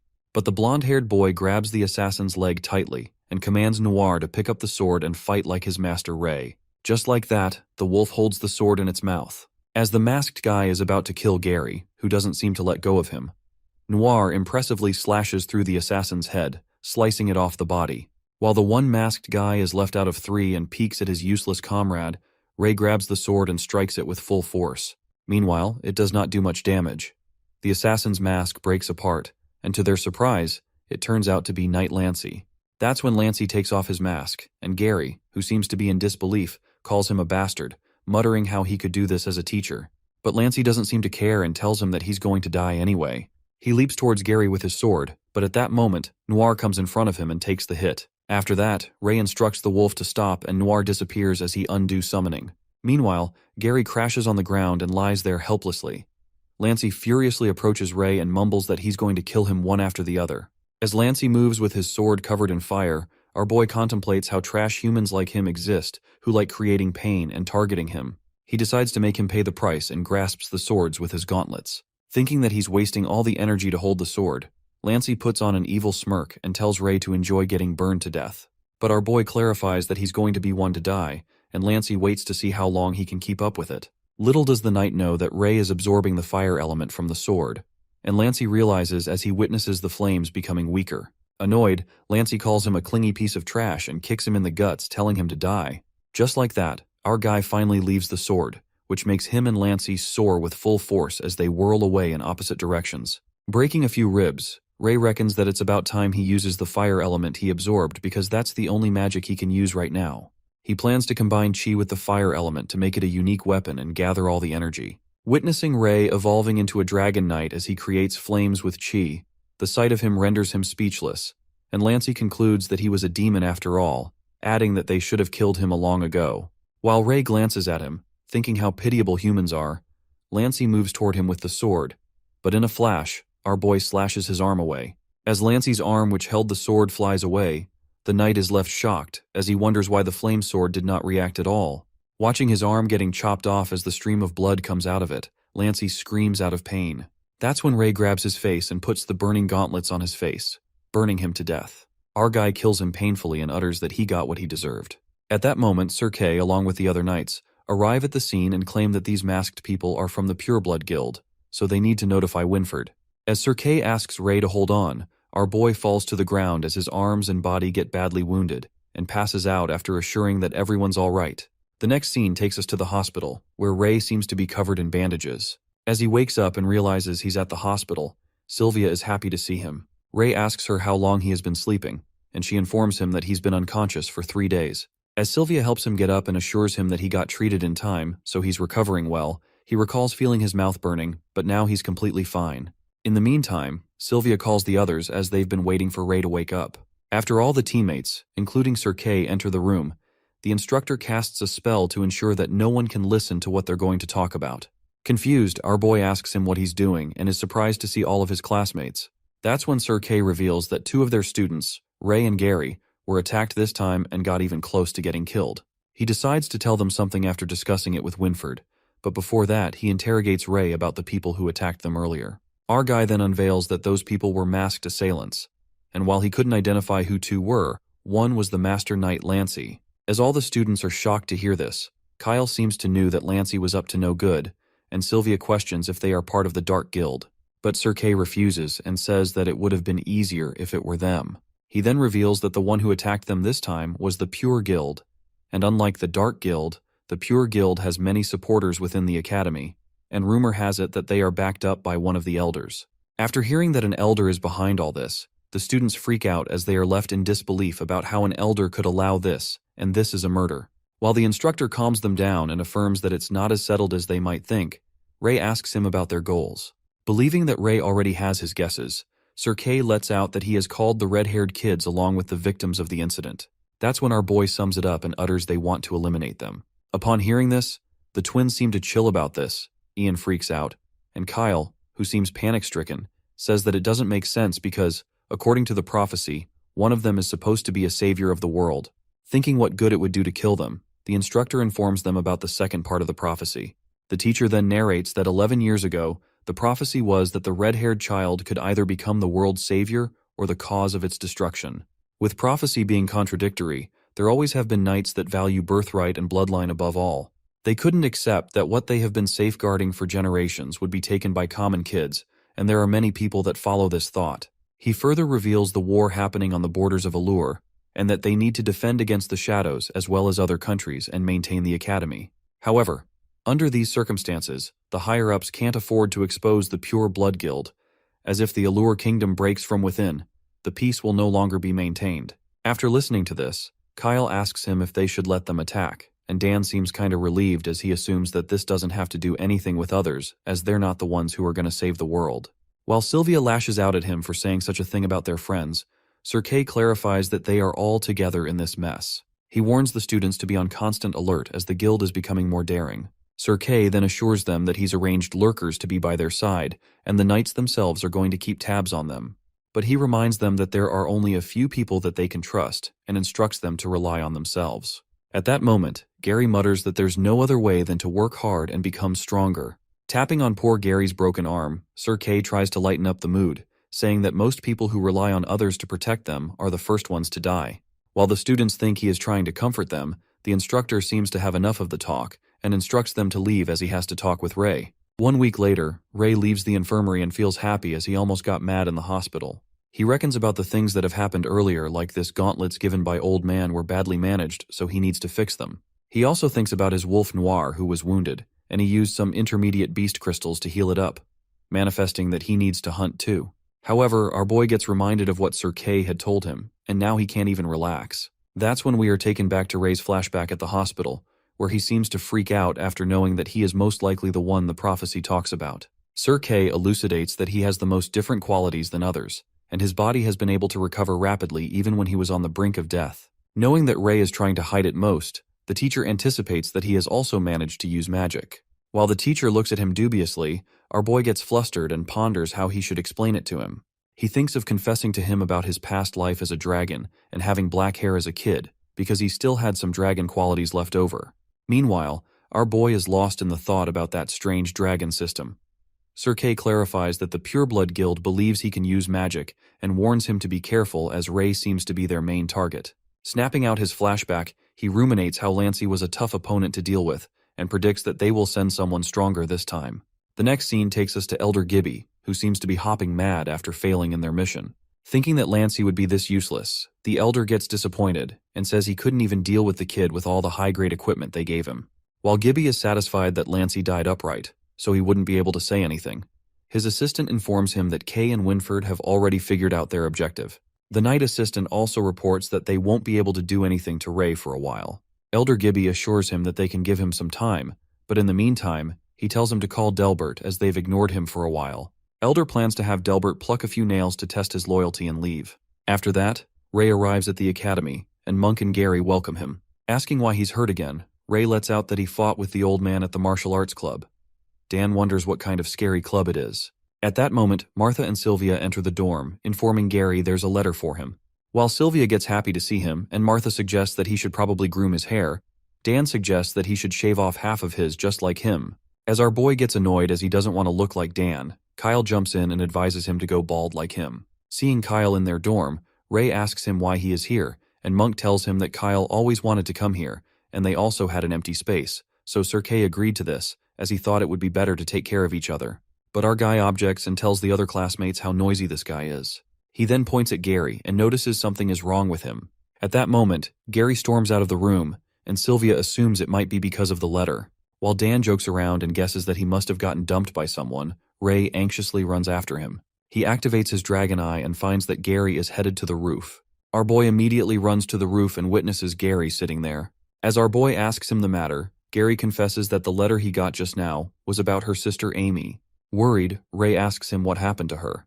And that's when Gary reveals that she died. The next scene flashes to Ray's memories with Amy, and he realizes he never had the chance to thank her. Realizing that now he has lost her, our boy melts in the breakdown as tears start to stream down his face. Just then, Gary reveals that he could never escape his mind from the nightmare, because he dreamt that Amy was ripped to shreds by the monsters at the Roland Magic Academy. He adds that she was lying there helplessly with no way to save herself under the gazes of countless aristocrats. Gary then breaks down in tears and lets out that it wasn't a nightmare but an intuition. Anger gushes through him as his parents also inform him in the letter that the nobles at the academy gave their family a great amount of money as compensation. Hopping mad, Gary breaks the boundary and mutters that in their sight, his sister was just a trivial child from the countryside to them.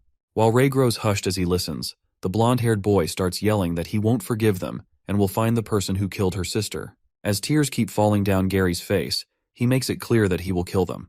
Hearing this, Ray assures him to count him in his plan. Overwhelmed with emotions, Gary grabs him and says that he's aware that Ray has awakened the power of magic and can summon a beast and use flames.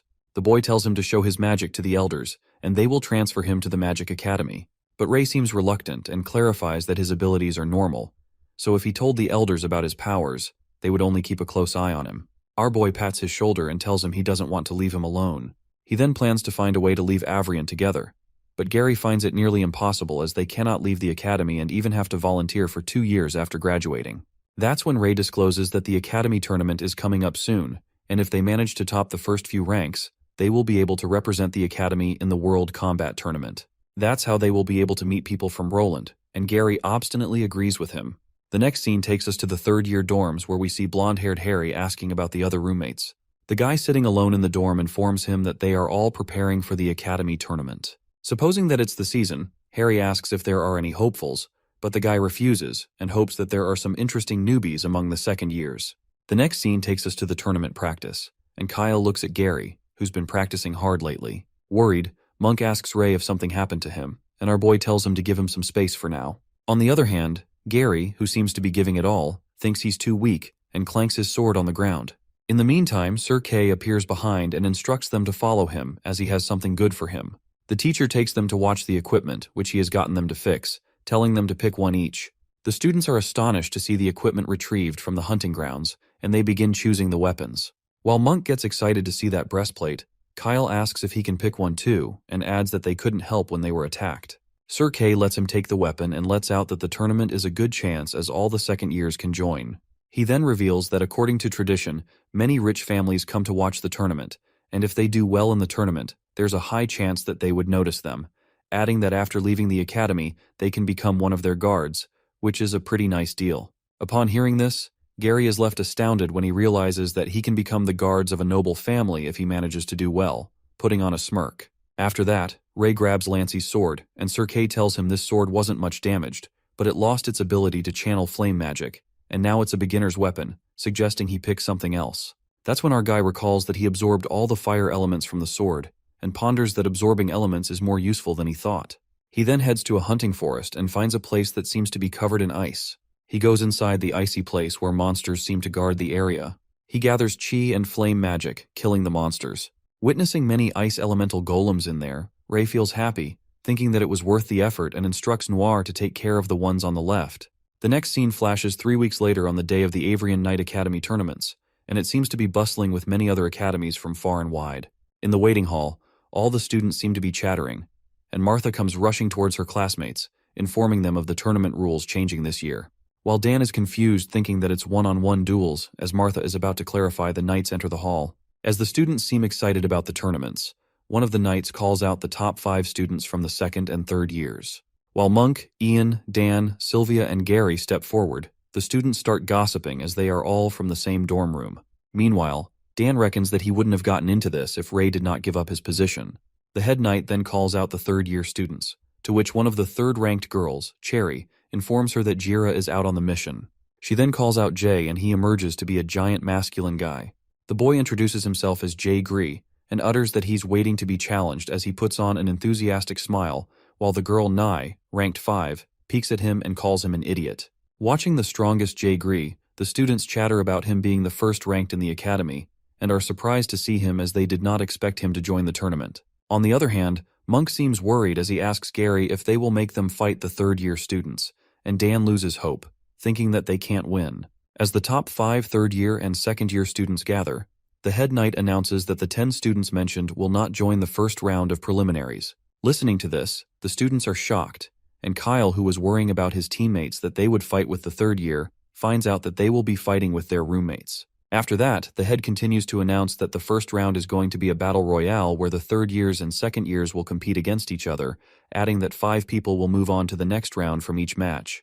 The knight then calls Ian, as he seems a big, strong guy, and points an arrow at him, making the students understand that each of them can use wooden weapons that have been supplied in the arena and will be given 100 health points. She then strikes the wooden arrow at Ian, interpreting that if they get attacked, the health points will go down. The knight elucidates that using chi while defending will take less damage, and once the health bar goes 0, the students will be disqualified and teleported out of the arena. She then commands the second years to prepare themselves and pick a suitable weapon from the storage room provided. Later, we see Sebastian whispering to Eric, who tells him not to let Ray have a chance later on stage.